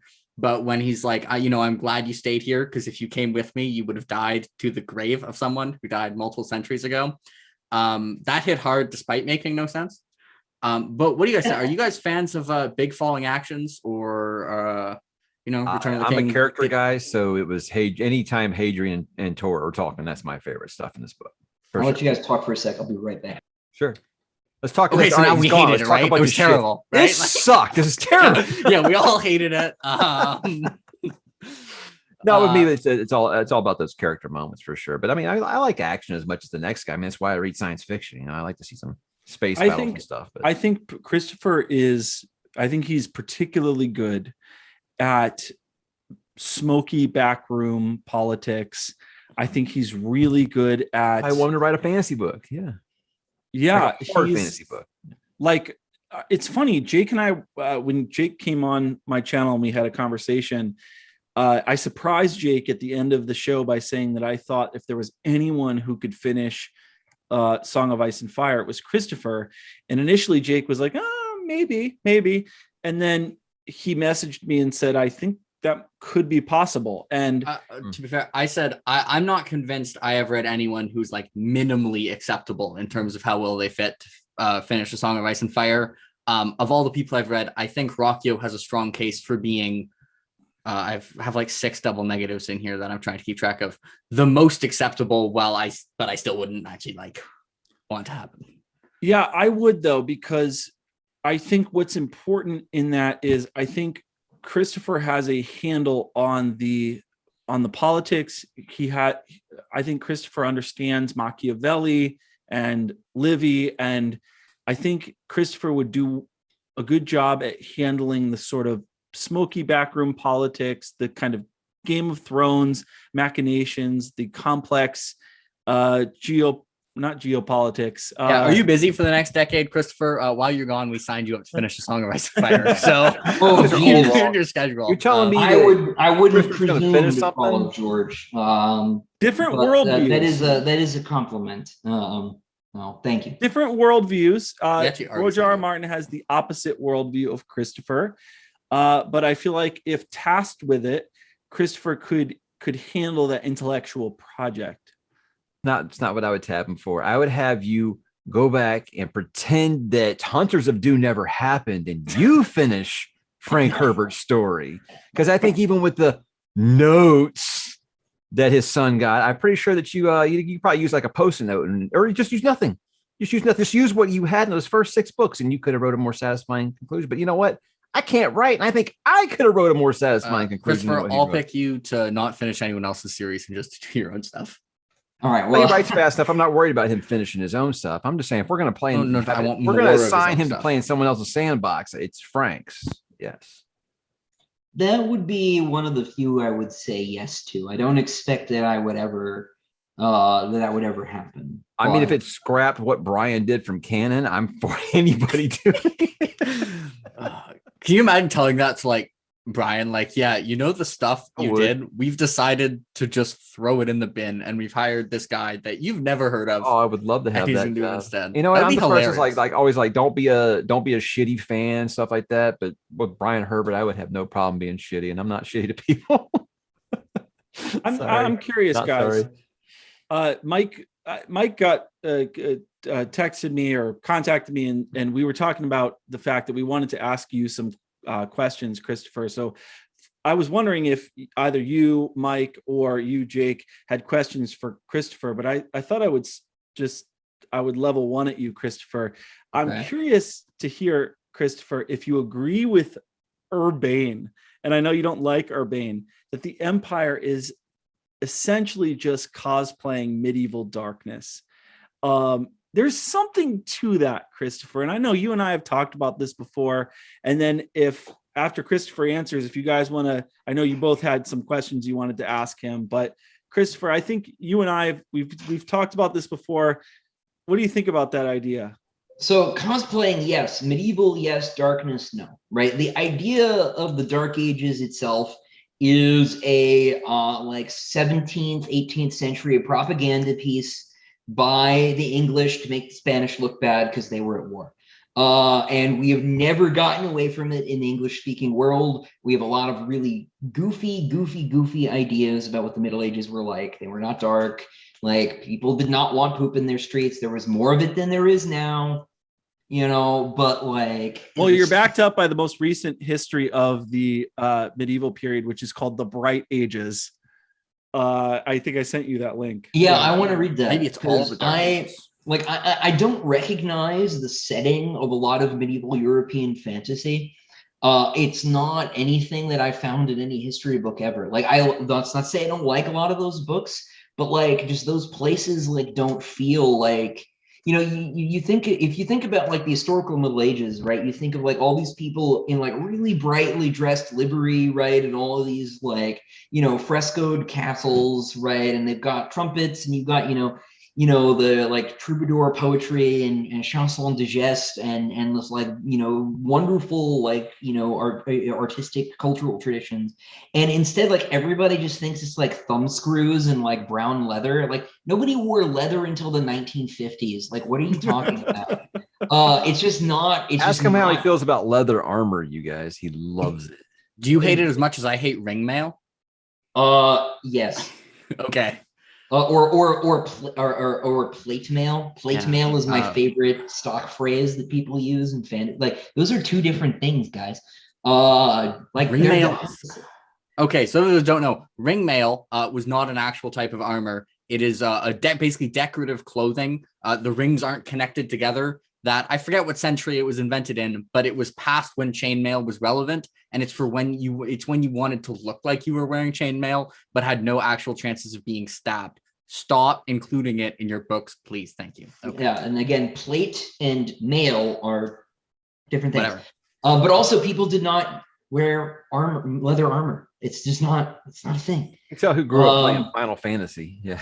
Yeah, well, that's sort of like it typifies my problem with a lot of fantasy, right? And anyway, I'm getting away from the question though, which is medieval darkness, right? No, like Urban's like concept of what the empire is trying to be is totally wrong, but his idea that like the empire's culture is ultimately artificial is correct, right? Because this is Solomon Empire is following on our time, right? It is our future. This is our universe. It is not Middle Earth. Well, Middle Earth is supposed to be ours, but it's not. Like it's not, Narnia, it's not Westeros. It's not a different planet that has different laws of physics. It is our universe. And so we have to get back to knights and dukes and emperors, right? And the question is how?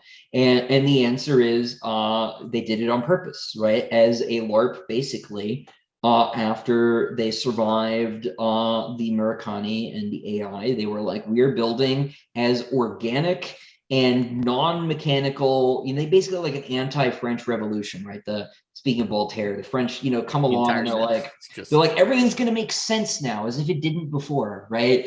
And we're going to use the metric system, and everything's going to be, powers of 10, and we're going to replace the calendar and come up with new months, and we're going to like build churches to reason, and all we're going to do is behead like thousands of people. And like it's fine, it'll be great. But Committee for Public Safety that chops people's heads off. Yes, the sort of typical like bureaucratic, sort of double speak, right? The People's Republic of whatever is actually run by a ruthless dictator who's mostly interested in, like shooting his own like knockoff Hollywood westerns with, in his like third palace while his people are eating grass.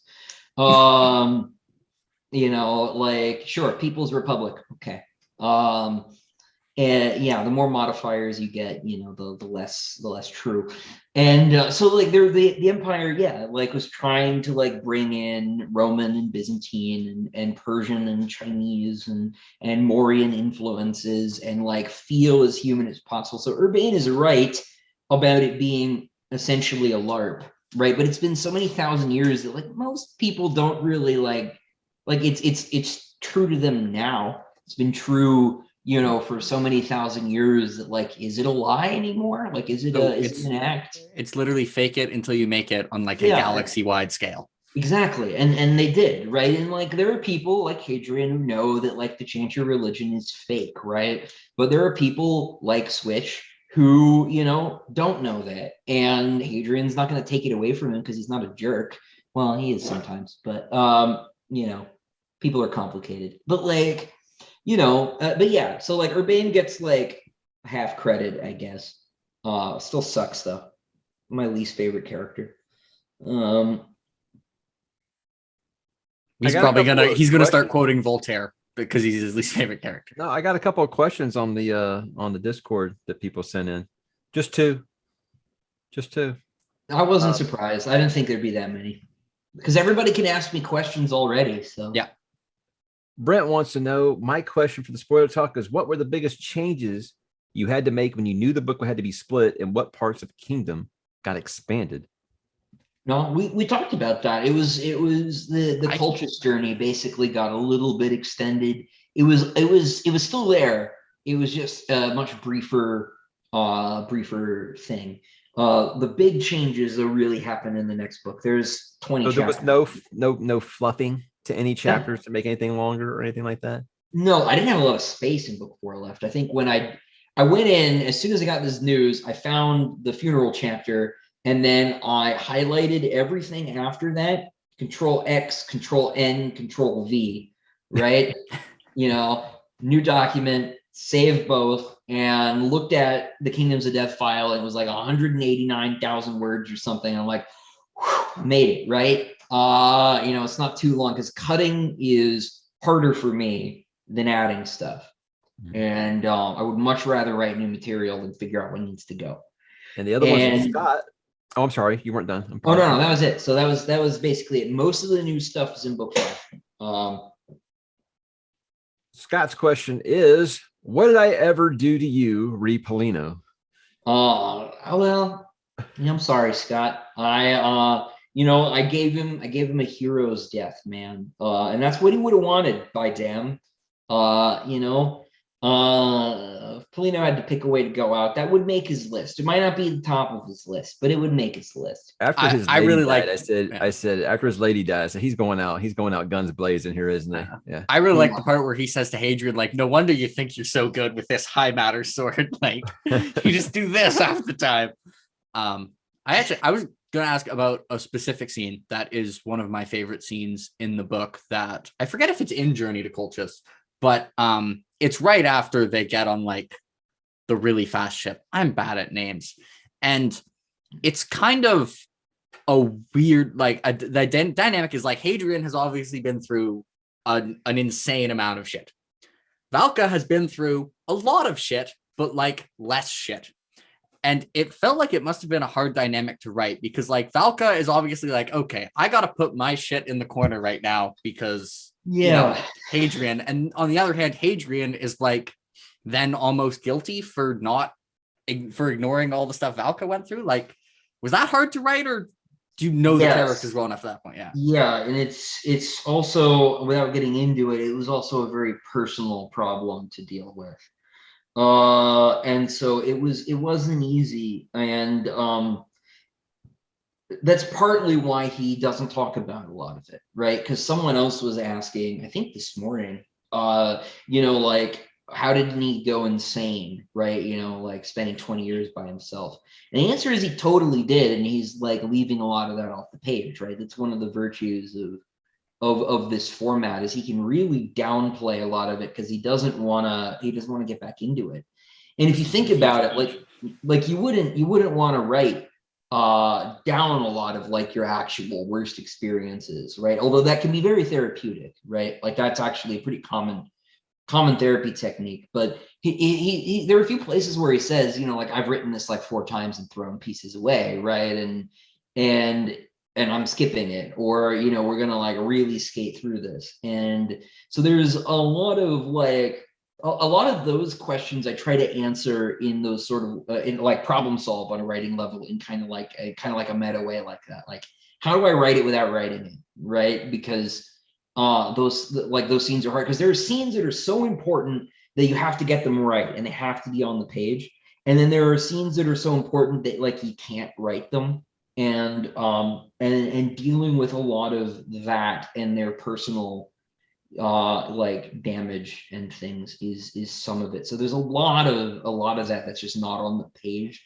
And it helps that Hadrian is mostly a pretty private person vis-a-vis his relationship with Valka. A lot of that isn't that visible. There's a lot that they aren't talking about. Because I remember, like, I don't know if you remember, while I was reading, I had a theory because Hadrian, like future Hadrian, comments on the torture stuff very little. And the stuff like leading up to it. And I had a totally incorrect theory about it. And then I figured it out. But I still like my correct theory, even though it's wrong. My incorrect theory, I guess, because I thought it was like that Hadrian was current Hadrian, writer Hadrian, was offering a lot more commentary on like really young Hadrian, because like he thought young Hadrian was full of crap all the time. Like remember when young Hadrian is like, soldiers don't win wars or whatever, and current Hadrian had to be like, oh, you bitch. And then I kind of thought, because he mentions at one point when he's in prison and like training, that this may be like the greatest he ever was. And his commentary started going down. And I thought it's like, maybe he just like doesn't agree with this version of himself. And then he's going to start going down like the Vader arc. And he's going to start being like, yeah, now I was an idiot again. But I was totally wrong. So. Gotcha. Yeah. But there is, because I think the other thing that we talked about at one point was he editorializes a lot less in this book, right? He is just trying to get through it. And that was, I was really pleased that came through, because it's not on, like, he doesn't really say that, right? And so that you picked up on it was really encouraging, because that was on purpose, right? Like he does not want to be in this part of the story, right? This is not anything he feels good about. He needs you to know that it happened. And so when we talk about Hadrian being unreliable, I think this is probably like as close to directly honest about what happened as he ever is, because he's trying not to he's trying to get through it. And so basically Hadrian would give Kingdoms of Death the worst rating on Goodreads of all books. As he would be like, this sucks. Would not do again. So what's Hadrian's favorite book? That's a good question. Probably Demon in White. I think some of his happiest memories so far, and maybe ever, are in Demon in White. Probably like when he goes back to like Colchis. Yeah, that makes sense. That is Colchis is where he is happiest. He's like, I got cool powers. Valka relationship went well. Everyone's here. Yeah. Matt Gibson.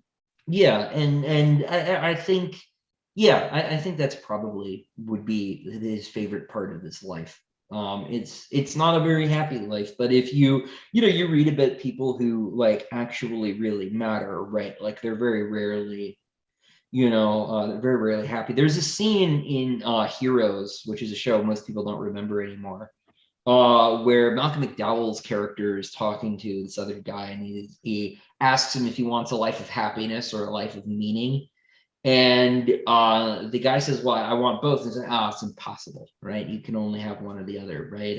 And I think, while I don't think about that show very, very much anymore, I think about that scene a lot, partially because Malcolm McDowell is like one of the greatest of all time, right? But like, it's a really good, it's a good question. And isn't that like, that's like every story, every really good story ever, right? That's like The Matrix. Cypher, do you want a life of heedless pleasure and fleeting transitory happiness, or do you want a life of difficulty and meaning? It's like Plato's Republic. Do you want to Frodo and Sam too, right? The stories that really mattered. And I think that ultimately, you can't really argue with Buddha and Christ, right? And both are like, life is suffering, man. And it is. And if you're going to shape the course of empires in human history, like you're going to have a rough go, right? Like that's not an easy business. Like I know a guy who's in politics, right? Like actual backroom stuff, right? And I won't be too specific, but it is an ugly, dangerous, bleak, gross world, right? And it's that way for the same reason that Aragorn is, and not only for the same reason, because it's also just an abject ugliness, but it's the same reason that the Rangers are the way they are, right? The hobbits think they're gross and weird and dangerous and scary, but if they didn't exist, the Shire would have been overrun a long time ago. And most of us, I think, in 2022 are hobbits. At least in the Western world. And the Rangers are the men of the Dunedain. They're the men of Westerness. They're the they're from they're the descendants of Numenor. So they're Aragorn's like 90 years old in Hadrian would say he's young. So Hadrian would be like, this young whippersnapper. Both are pretty melodramatic. It's one thing I noticed on my last Tolkien review. I was like, hey, Aragorn, he's the most dramatic of the characters. He's great. I love book Aragorn. As great as Viggo Mortensen is, that character is very different in the films. Book Aragorn is the man. So do you think Hadrian, while writing Empire of Silence, was just like face palming young himself all the time? Yeah, it's just did I really say that? I guess I did. Aren't we all, right? I think constantly about stupid crap that I've said and oh man, I need to go apologize. And it would be weird if you went and spoke to a person you haven't spoken to in 10 years, say sorry about some random thing. Don't make it worse, right? And so I don't think he enjoyed writing Empire of Silence at all after the first couple of pages, because he had to get the dramatic flex out of his system. But after that, he's like, I'm gonna go deal with Crispin again. And there's a lot of complicated feelings about family and things like that. So I don't think it was easy, or would have been easy if you were, a real person, right? So, because I'm trying to fall into the trap of speaking about my characters like they actually exist, because it always creeps me out when authors do that. They're like, it's like that's not real, So, but no, I don't think it would have been easy. It's not easy to look back on like how dumb you were, for anybody, I think. Yeah, that's why like I'm not going to get a tattoo, because I don't trust current self to not be a dumbass according to future self. Right. I have that same fear. And I think people, not about tattoos, because I don't want anyone who has to feel. I thought you meant a Sun Eater tattoo, by the way, and I was like, whoa. I mean, if I was going to get one, but I'm not going to. See, here's the thing. I've had people big Dark Tower guy, and I'm waiting for books 5, 6, and 7 to come out. I'm like, no way, I'm not going to love the series. I almost got the Cotet tattoo. Then I read book 7, and I didn't read Stephen King for a fucking decade. So be careful. All You I do have a bunch remember of tattoos. No and pressure. I can tell you, it's not wise, my friends. Yeah, I'm not. I regret tattoo most free. of them.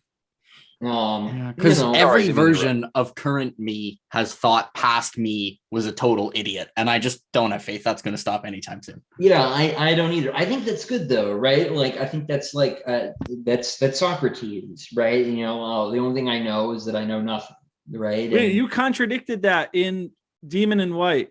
You literally said that's not what Socrates said. Oh God! If I got a quote wrong, if I done a Voltaire, have I gotten this quote wrong? Like all No, my that life? isn't what he said, but that is the misquote, right? Is it like what Which Bill is why did? it should probably be concerning for us on this that current, like, I don't know, 800 and something year old Hadrian or whatever, 700, who knows? Well, Christopher does, but other than that, he seems to think that like late Demon in White, early Kingdom of Death him is the better version of him, which should probably be concerning based on the line of thought that we had in terms of where he is going for the next couple books or so. And about what happens, sure. Yeah. Yeah. It'll be interesting. I'm really excited. I'm gonna start outlining book 6 as soon as this next story is done. I've been working on another side project here, like I said earlier, today and yesterday, because I wanted to get some stuff down while I was thinking about it. Because I have like a lot of like partial outlines for like next projects that when I'm thinking about them, I'll put down. Because I have the sense that when the series is done, I'm gonna work on. I will work on something, but I don't know what that something is going to be. And so I will try and prepare options. And so I've been preparing an option the last couple of days. But as soon as I finish this short story for the last Bane book, it'll be book 6 time. So probably by the end of the month, I will start outlining book 6. We forgot to mention the most important, like, death, the High Matter sword. Oh, yeah. You broke it like that. This means you finally don't need to come up with more ways to write Hadrian igniting the High Matter sword while having it still be really cool, unless he gets another one, which, I mean, a duplicate was created, so there should be one functional one out there.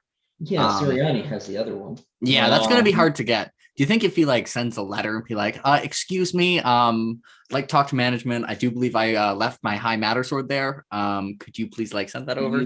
Yeah, honorable. Yeah, no, that would be a bit of a trick, right? So, no, we'll get read that and find out.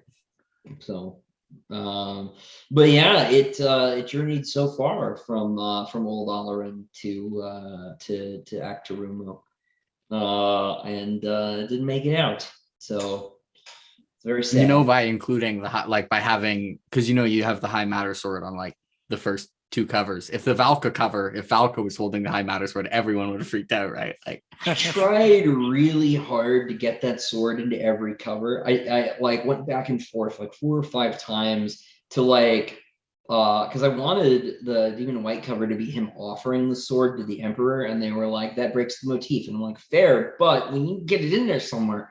But this has the other motif of swords. Yeah, so we lost that one. So when I did because I did do the art direction for the Sword and Planet cover, I was like, here, we got to put the sword back in. So it ended up in that one, because I was in charge on that one. I was the editor. So but it's that chain has been broken, unfortunately. Because I could have done that with Siriani as well, right? And gone with that, but it didn't happen. Be hard for Ashes of Man, of Valka carrying me. Yeah, and maybe one will turn up again. They'll start coming back on the covers. That would be cool. So, Christopher, can I tell you what my favorite part of this cover is? And this is going to be very, eccentric and idiosyncratic. I like his hand resting right here. Oh, cool. I like that it's lit up, and I like that you can see the rings on his fingers. And I just think that's really elegant and beautiful. It's not the sword. It's not the focal point. It's not the image of the Cielson that we've all been waiting for. It's that hand resting on this little. Well, it's so dignified. I love it.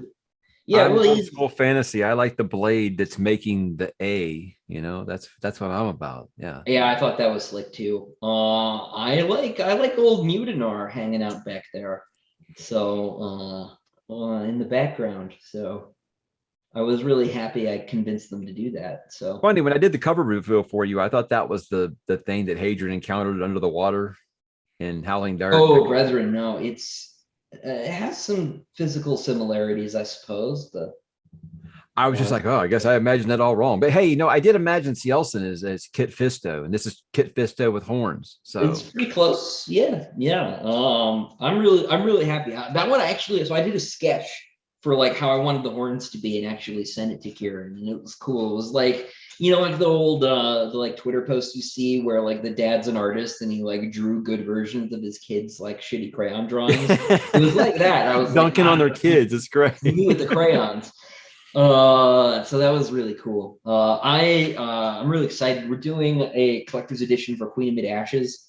And we're starting on the cover here pretty soon. And new cover art is always awesome. It's my favorite part of this whole thing. I know who I want on 6 and 7 too. So I've got like my little descriptions together already. Is it just going to be like a gravestone that says R.I.P. every other character that I haven't had on a cover yet? Or yeah, it's just empty. Yeah, they're both blank. I mean, presumably it almost has to be new people, considering. No, it's just a tombstone that says the 90,000. The Red Company, yeah. But I mean, it kind of has to be new people, considering of the people who are alive. I mean, unless Alexander's you're going to put a alive, ship or something on there. He looks pretty similar to the Emperor. Will it always be characters? Yes. We could get old Hadrian. I will say, in the spirit of engendering a puzzle here, if I get my first picks, it will not be new characters in either case. Okay. So I think we might get Hadrian again. Hadrian for the first and last book. Look, Christopher just walk in the office, flip some tables, and be like, look, my cells are going up with my sequels. My cells aren't going down. I get to put who I want to put on the cover. Look at me. Yeah. I'm the captain. Well, actually, they've been really cool about that, right? Like the classic arrangement is that the authors are kind of given covers and they're expected to say thank you. But Dawes always, they even asked me who I wanted, right? Which was really like beyond the pale. I was shocked because I worked for a publisher for like a year and a half by then, and almost 2 years. And that is not how we did things up at the office. And I was like, you want a list of like candidates for me?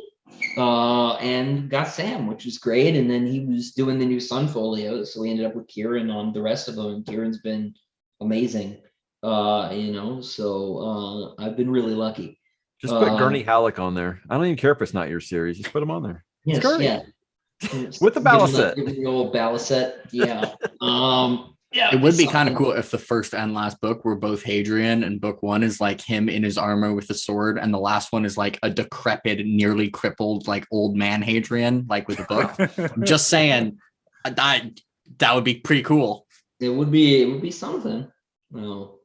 Trying to figure out if that absolutely also could be, or maybe someone from the Chantry. That would be pretty good. He could be doing what I'm doing when people correctly predict something, and I go like, "Wow, that'd be really interesting if that happened." Yeah, you don't know, right? As we've already established, I'm like super unreliable. So yeah, you're almost as unreliable as whoever Hadrian. the hell Livy is. Hey, who's Livy? That's a good question. Well, Livy is a Roman historian.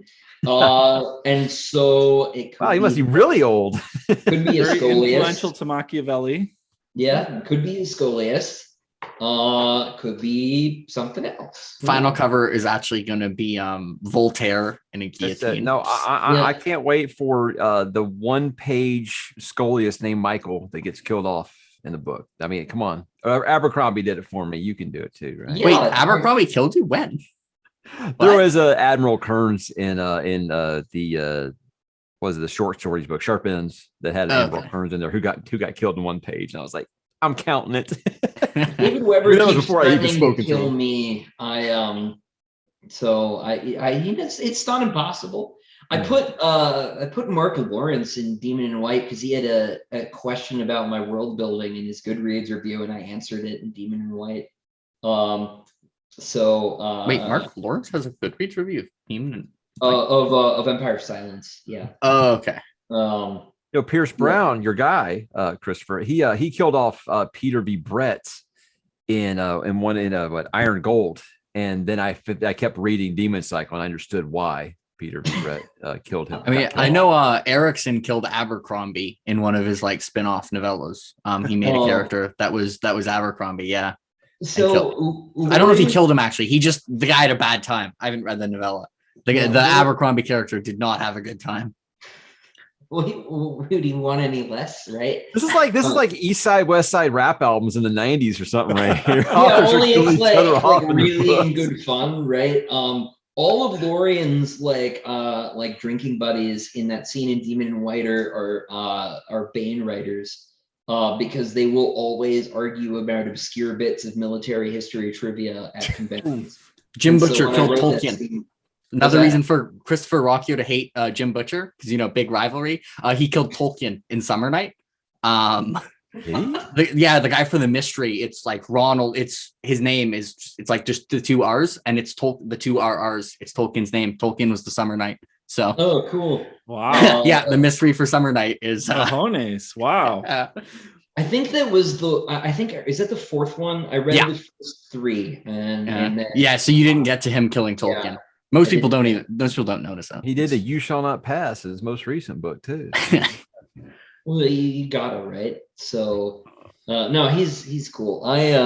So my one Jim Butcher story. I know we're really off topic, but the booth that I go to conventions with, we'll get like 20 authors at a show. Like we're at Dragon Con. And there were so many that we didn't have enough space to put all the books out. So when authors left, we would take the smaller authors' books away. And so Jim Butcher was gone, and I got in there, and the guy who ran the booth said, "We'll just put you here." And he like parted the Jim Butcher like ocean of books and set me up in the middle. And I didn't sell a single book for like 3 hours because if people came up at all, it was, "Are you Jim Butcher?" I'm like, "Not remotely," right? Like my hair. Yes, I am. Should have been like, "Yes, this is my new book. I wrote it in secret. It's just under a pen name." Yeah, I didn't do that. And instead, people were like, "Which one is book 9?" And I'm like, "There are 9." Like, I don't know, man. Like, Empire of Dresden. Yeah. Yeah. Help. If I was there, I could have helped you. I could have been like, yeah. No, he was really cool. He came back, he's like, "What's going on?" Like, Alexi put me here. Like he's like, "No, it's cool. We'll just, he was neat." He bought a copy actually. I don't know if he ever read it, but he bought a copy of Empire of Silence. Well, if you meet him again, you can be like, "Wait, you killed Tolkien?" Yeah. Now I'll have a fact. Yeah. He did call an antagonist a tasteless bitch for having not read Tolkien. So I did that to an intern once. I made him leave. I was like, "Go home. Here you go. Here's the office copy. Get out. It's your work." Kind of adapted your method of Tolkien slander is like, look, you're allowed to not like Tolkien. Just lets me know to not pay attention to anything you say going forward. Shut up. Like, it's a bad opinion, right? You doesn't have to be your favorite Michael Moorcock, but that's the whole reason I didn't read Elric forever was because of that essay. Yeah, I still have. You know what? The only reason I'm getting these now is because they're all collected. I still don't have any plans to immediately read them though. But I'd be lying if I said that didn't deter me. I'm sure they're good, but man, that put me off.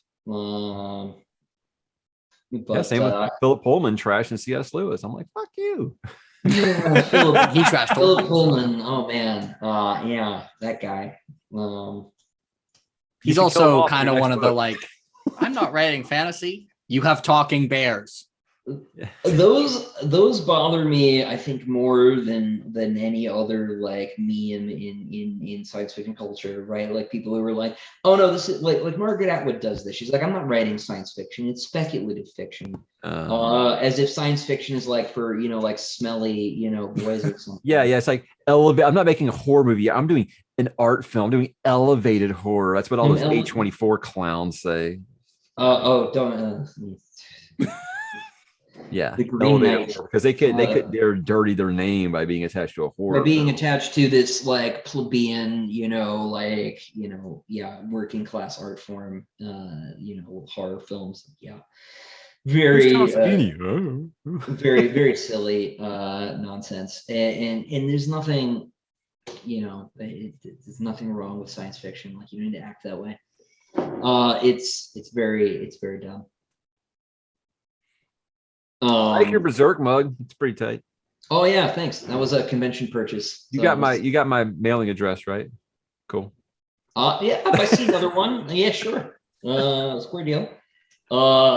Yeah. So anyway, to get back on topic, I guess. Were there were more questions? Some would say, or no, that was all I could find. But I mean, yeah, I guess. Guys, is there anything else about the book that we haven't asked about? I know we've kind of been over everything here, but is there anything about the book that we haven't asked yet? Could Hadrian have used his magic hacks powers to get more food while imprisoned on the Sealson ship? No, that would be too far astray. Yeah, that's what I thought, because he would have had to choose to like not eat something like too long ago. Yeah, so I suppose I could explain or demystify some of the confusion about this. The way that it works, basically, right, is there are not parallel universes, but objects in space, right, could occupy a theoretically infinite number of positions, right, in sort of a quantum kind of sense, right? This is true of particles, right, but it's true of larger objects, right? At least that's the principle. And so what he does is not like pull from a parallel universe. It is alter the probability state of things in his immediate environment. And so like there is a possibility that a ice cube could spontaneously appear in the middle of the sun, but it's like so low that he can't really reach it with his limited sort of pool of resources, let's say. And obviously I'm very vague about it because Hadrian's very vague about it. It's very hard for him to explain things that like he barely has the like sensory ability to understand anyway. There aren't words for a lot of what he's doing because like human beings don't generally have these experiences. And so yeah, so that's roughly how I thought it worked. I was pretty sure the answer is he couldn't get food for himself. Yeah, there's a lot of stuff he like really can't do. And it's also the case that like he's like on his last nerve like pretty much the whole book anyway. So it takes a lot of effort and he's not capable of it except in like serious extremis. Because for most of the book in Kingdoms of Death, he can't access it because he keeps trying, but a few times, but it's just he can't do it because it's just had a stressful day. It's like trying to like lift when you're already like lactic acided up, right? I can't remember the technical term, but like you just like you can't do it, right? Does Hadrian even lift, bro? He used to. He used to. Not in this one so much. It's not Uncle Iroh in prison doing sit-ups, Can he lift in the 70-year imprisonment? Yeah. Oh yeah, sure. How much can he bench? That's a good question. Good question. More than he's probably the upper tier Palatines like him are probably like Steve Rogers tier approximately. What about squats? So I don't know what can Captain America lift. It's going to be in that range, I would think. Okay, so we're going to need canonically to know his squat, deadlift, bench total, please. Thank you. Right, I will. Also hit me with his macros, okay? Yeah. How many freaking steaks does he eat on a daily basis? How much does Siriani bench? That's a That's a really good question, actually, because like, they are lower gravity creatures, right? I feel like they're like more ropey and a little more wiry and kind of better muscle definition. Am I wrong about that? Yeah, no, that's about right. But they also are they're lower gravity too, right? So there's sort of a reverse John Carter problem. It's not very severe, but because they're also pretty hardened against. So like Cielson don't really need to wear pressure suits. They can get away with a mask because of just the way that their tissues are. Mostly because I couldn't think of a cool looking helmet that would work with the horns. So you kind of like work backwards sometimes from aesthetics, but they would they'd probably not be able to keep up with like the straight like bench records of some of the Palatines. Oh, by the way, I got a question from Instagram. Oh yeah. I figure I don't audio. I don't think anyone here did the audio book, but they want to know why Doriaicus sounds like such a dork on the audio book because they don't imagine him as a dork. I did audio part. Is he a dork? I only heard a clip. Someone was telling me about it. Yeah. Clip. I'm not gonna lie. I was like, that sounds like Neil from Family Guy. love Samuel Ruocchio, and I would say his Siriani Doriaica surprised me. It wasn't bad. He's a talented guy. Dorky Ica. He read it well. It was Dorky Ica. I was expecting a little bit more of a kind of like Thrawn, sort of like menacing, like more like kind of a little bit of more of a deeper voice, a little more kind of like sinister and like Machiavellian. Instead, he was like this shrieking, high pitched, like. I mean, as Christopher said, like Siriani probably got beat up in high school. So he's more like the origin story there. He's just misunderstood, guys. You know what I'm talking about, right, Christopher? He's like, I have not listened to the audiobook. Oh, you haven't? No, after I heard that clip, all I can imagine is he's got like red hair and glasses now and maybe buck teeth a little bit. It's very hard for me to listen to the audiobooks because it's weird to hear my own words in someone else's voice. Especially that voice. It's very weird. I remember it doesn't take much. Like, it's still weird that other people say Cielson. I'm like, who told you? Like, I made that up. Like, that's my thing. And I remember like early on, my dad started, after I sold the book, my dad read it. And he asked me a question. I don't remember the question, but I remember he said the word Cielson out loud. And I don't think anybody ever had before then. And I was like, what the hell is going on? Like, who put that in your brain?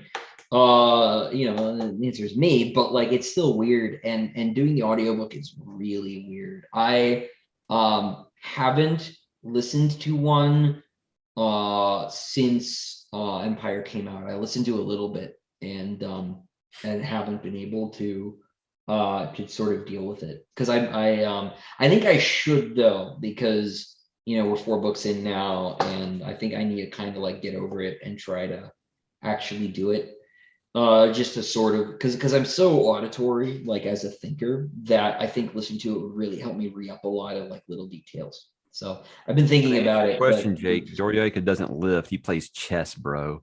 Oh, yeah. What's his rating? He's got a book club. He's definitely got a book club. Yeah, he does. Yeah. I like this guy. I don't think there's anything wrong with that. Maybe he's the good guy. If I can just look past all the murder. Yeah. He's over there like, have you considered cave wall inscriptions? He's probably a theory nerd as well for chess. I don't know if Scott's still watching this. He probably plays the nerd off though. He's like 23 moves of theory when you play him. Oh wow. Never mind. I changed my mind. I hate him again. I still have to play Scott at chess. I run a chess club at school, and Scott wants to play me online. So at some point, that would be good. So Scott beat me. I've played him a couple times in fast games online. He beat me both times. Nice. So yeah. Anyway. All right, guys. Hey, I appreciate it. This was great. I think a couple of us have to run at this point, but Christopher, thank you for joining us. Thanks for opening your heart to us and dealing with our questions. Thanks, Jake, for coming on my channel. Thanks, Mike, for all of your time. I know it's valuable. I'm good. Anytime I get to talk to the guy who is, writing the next Dune, or what's everybody call you? The for the next Dune guy, for the next Song of Ice and Fire guy? Yeah. He did that. I think he mistold the story to make me seem cooler on his video, but he did that in my book first.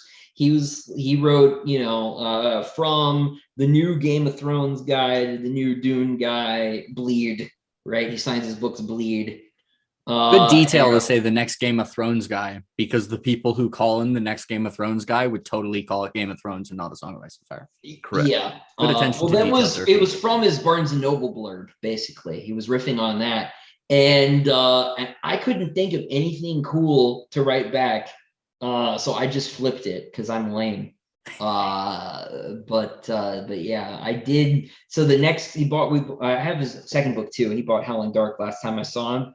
And I did at least keep the thing going. And I said from the Dio of science fiction to the Ace Frehley of fantasy, because he's sort of his favorite, rock guy. So we kept it going, kept the theme. So I got to think of something real clever for book 3. It's technically his turn, but I want to keep the pattern up. But anyway, I'm gonna email bomb you every day. When does book 6 come out though? So it's not on schedule, right? My hope is, we'll sort of end on this note, I guess. My hope is if everything goes smoothly, we'll see book 6 mid 23, and we'll get book 7 early 24.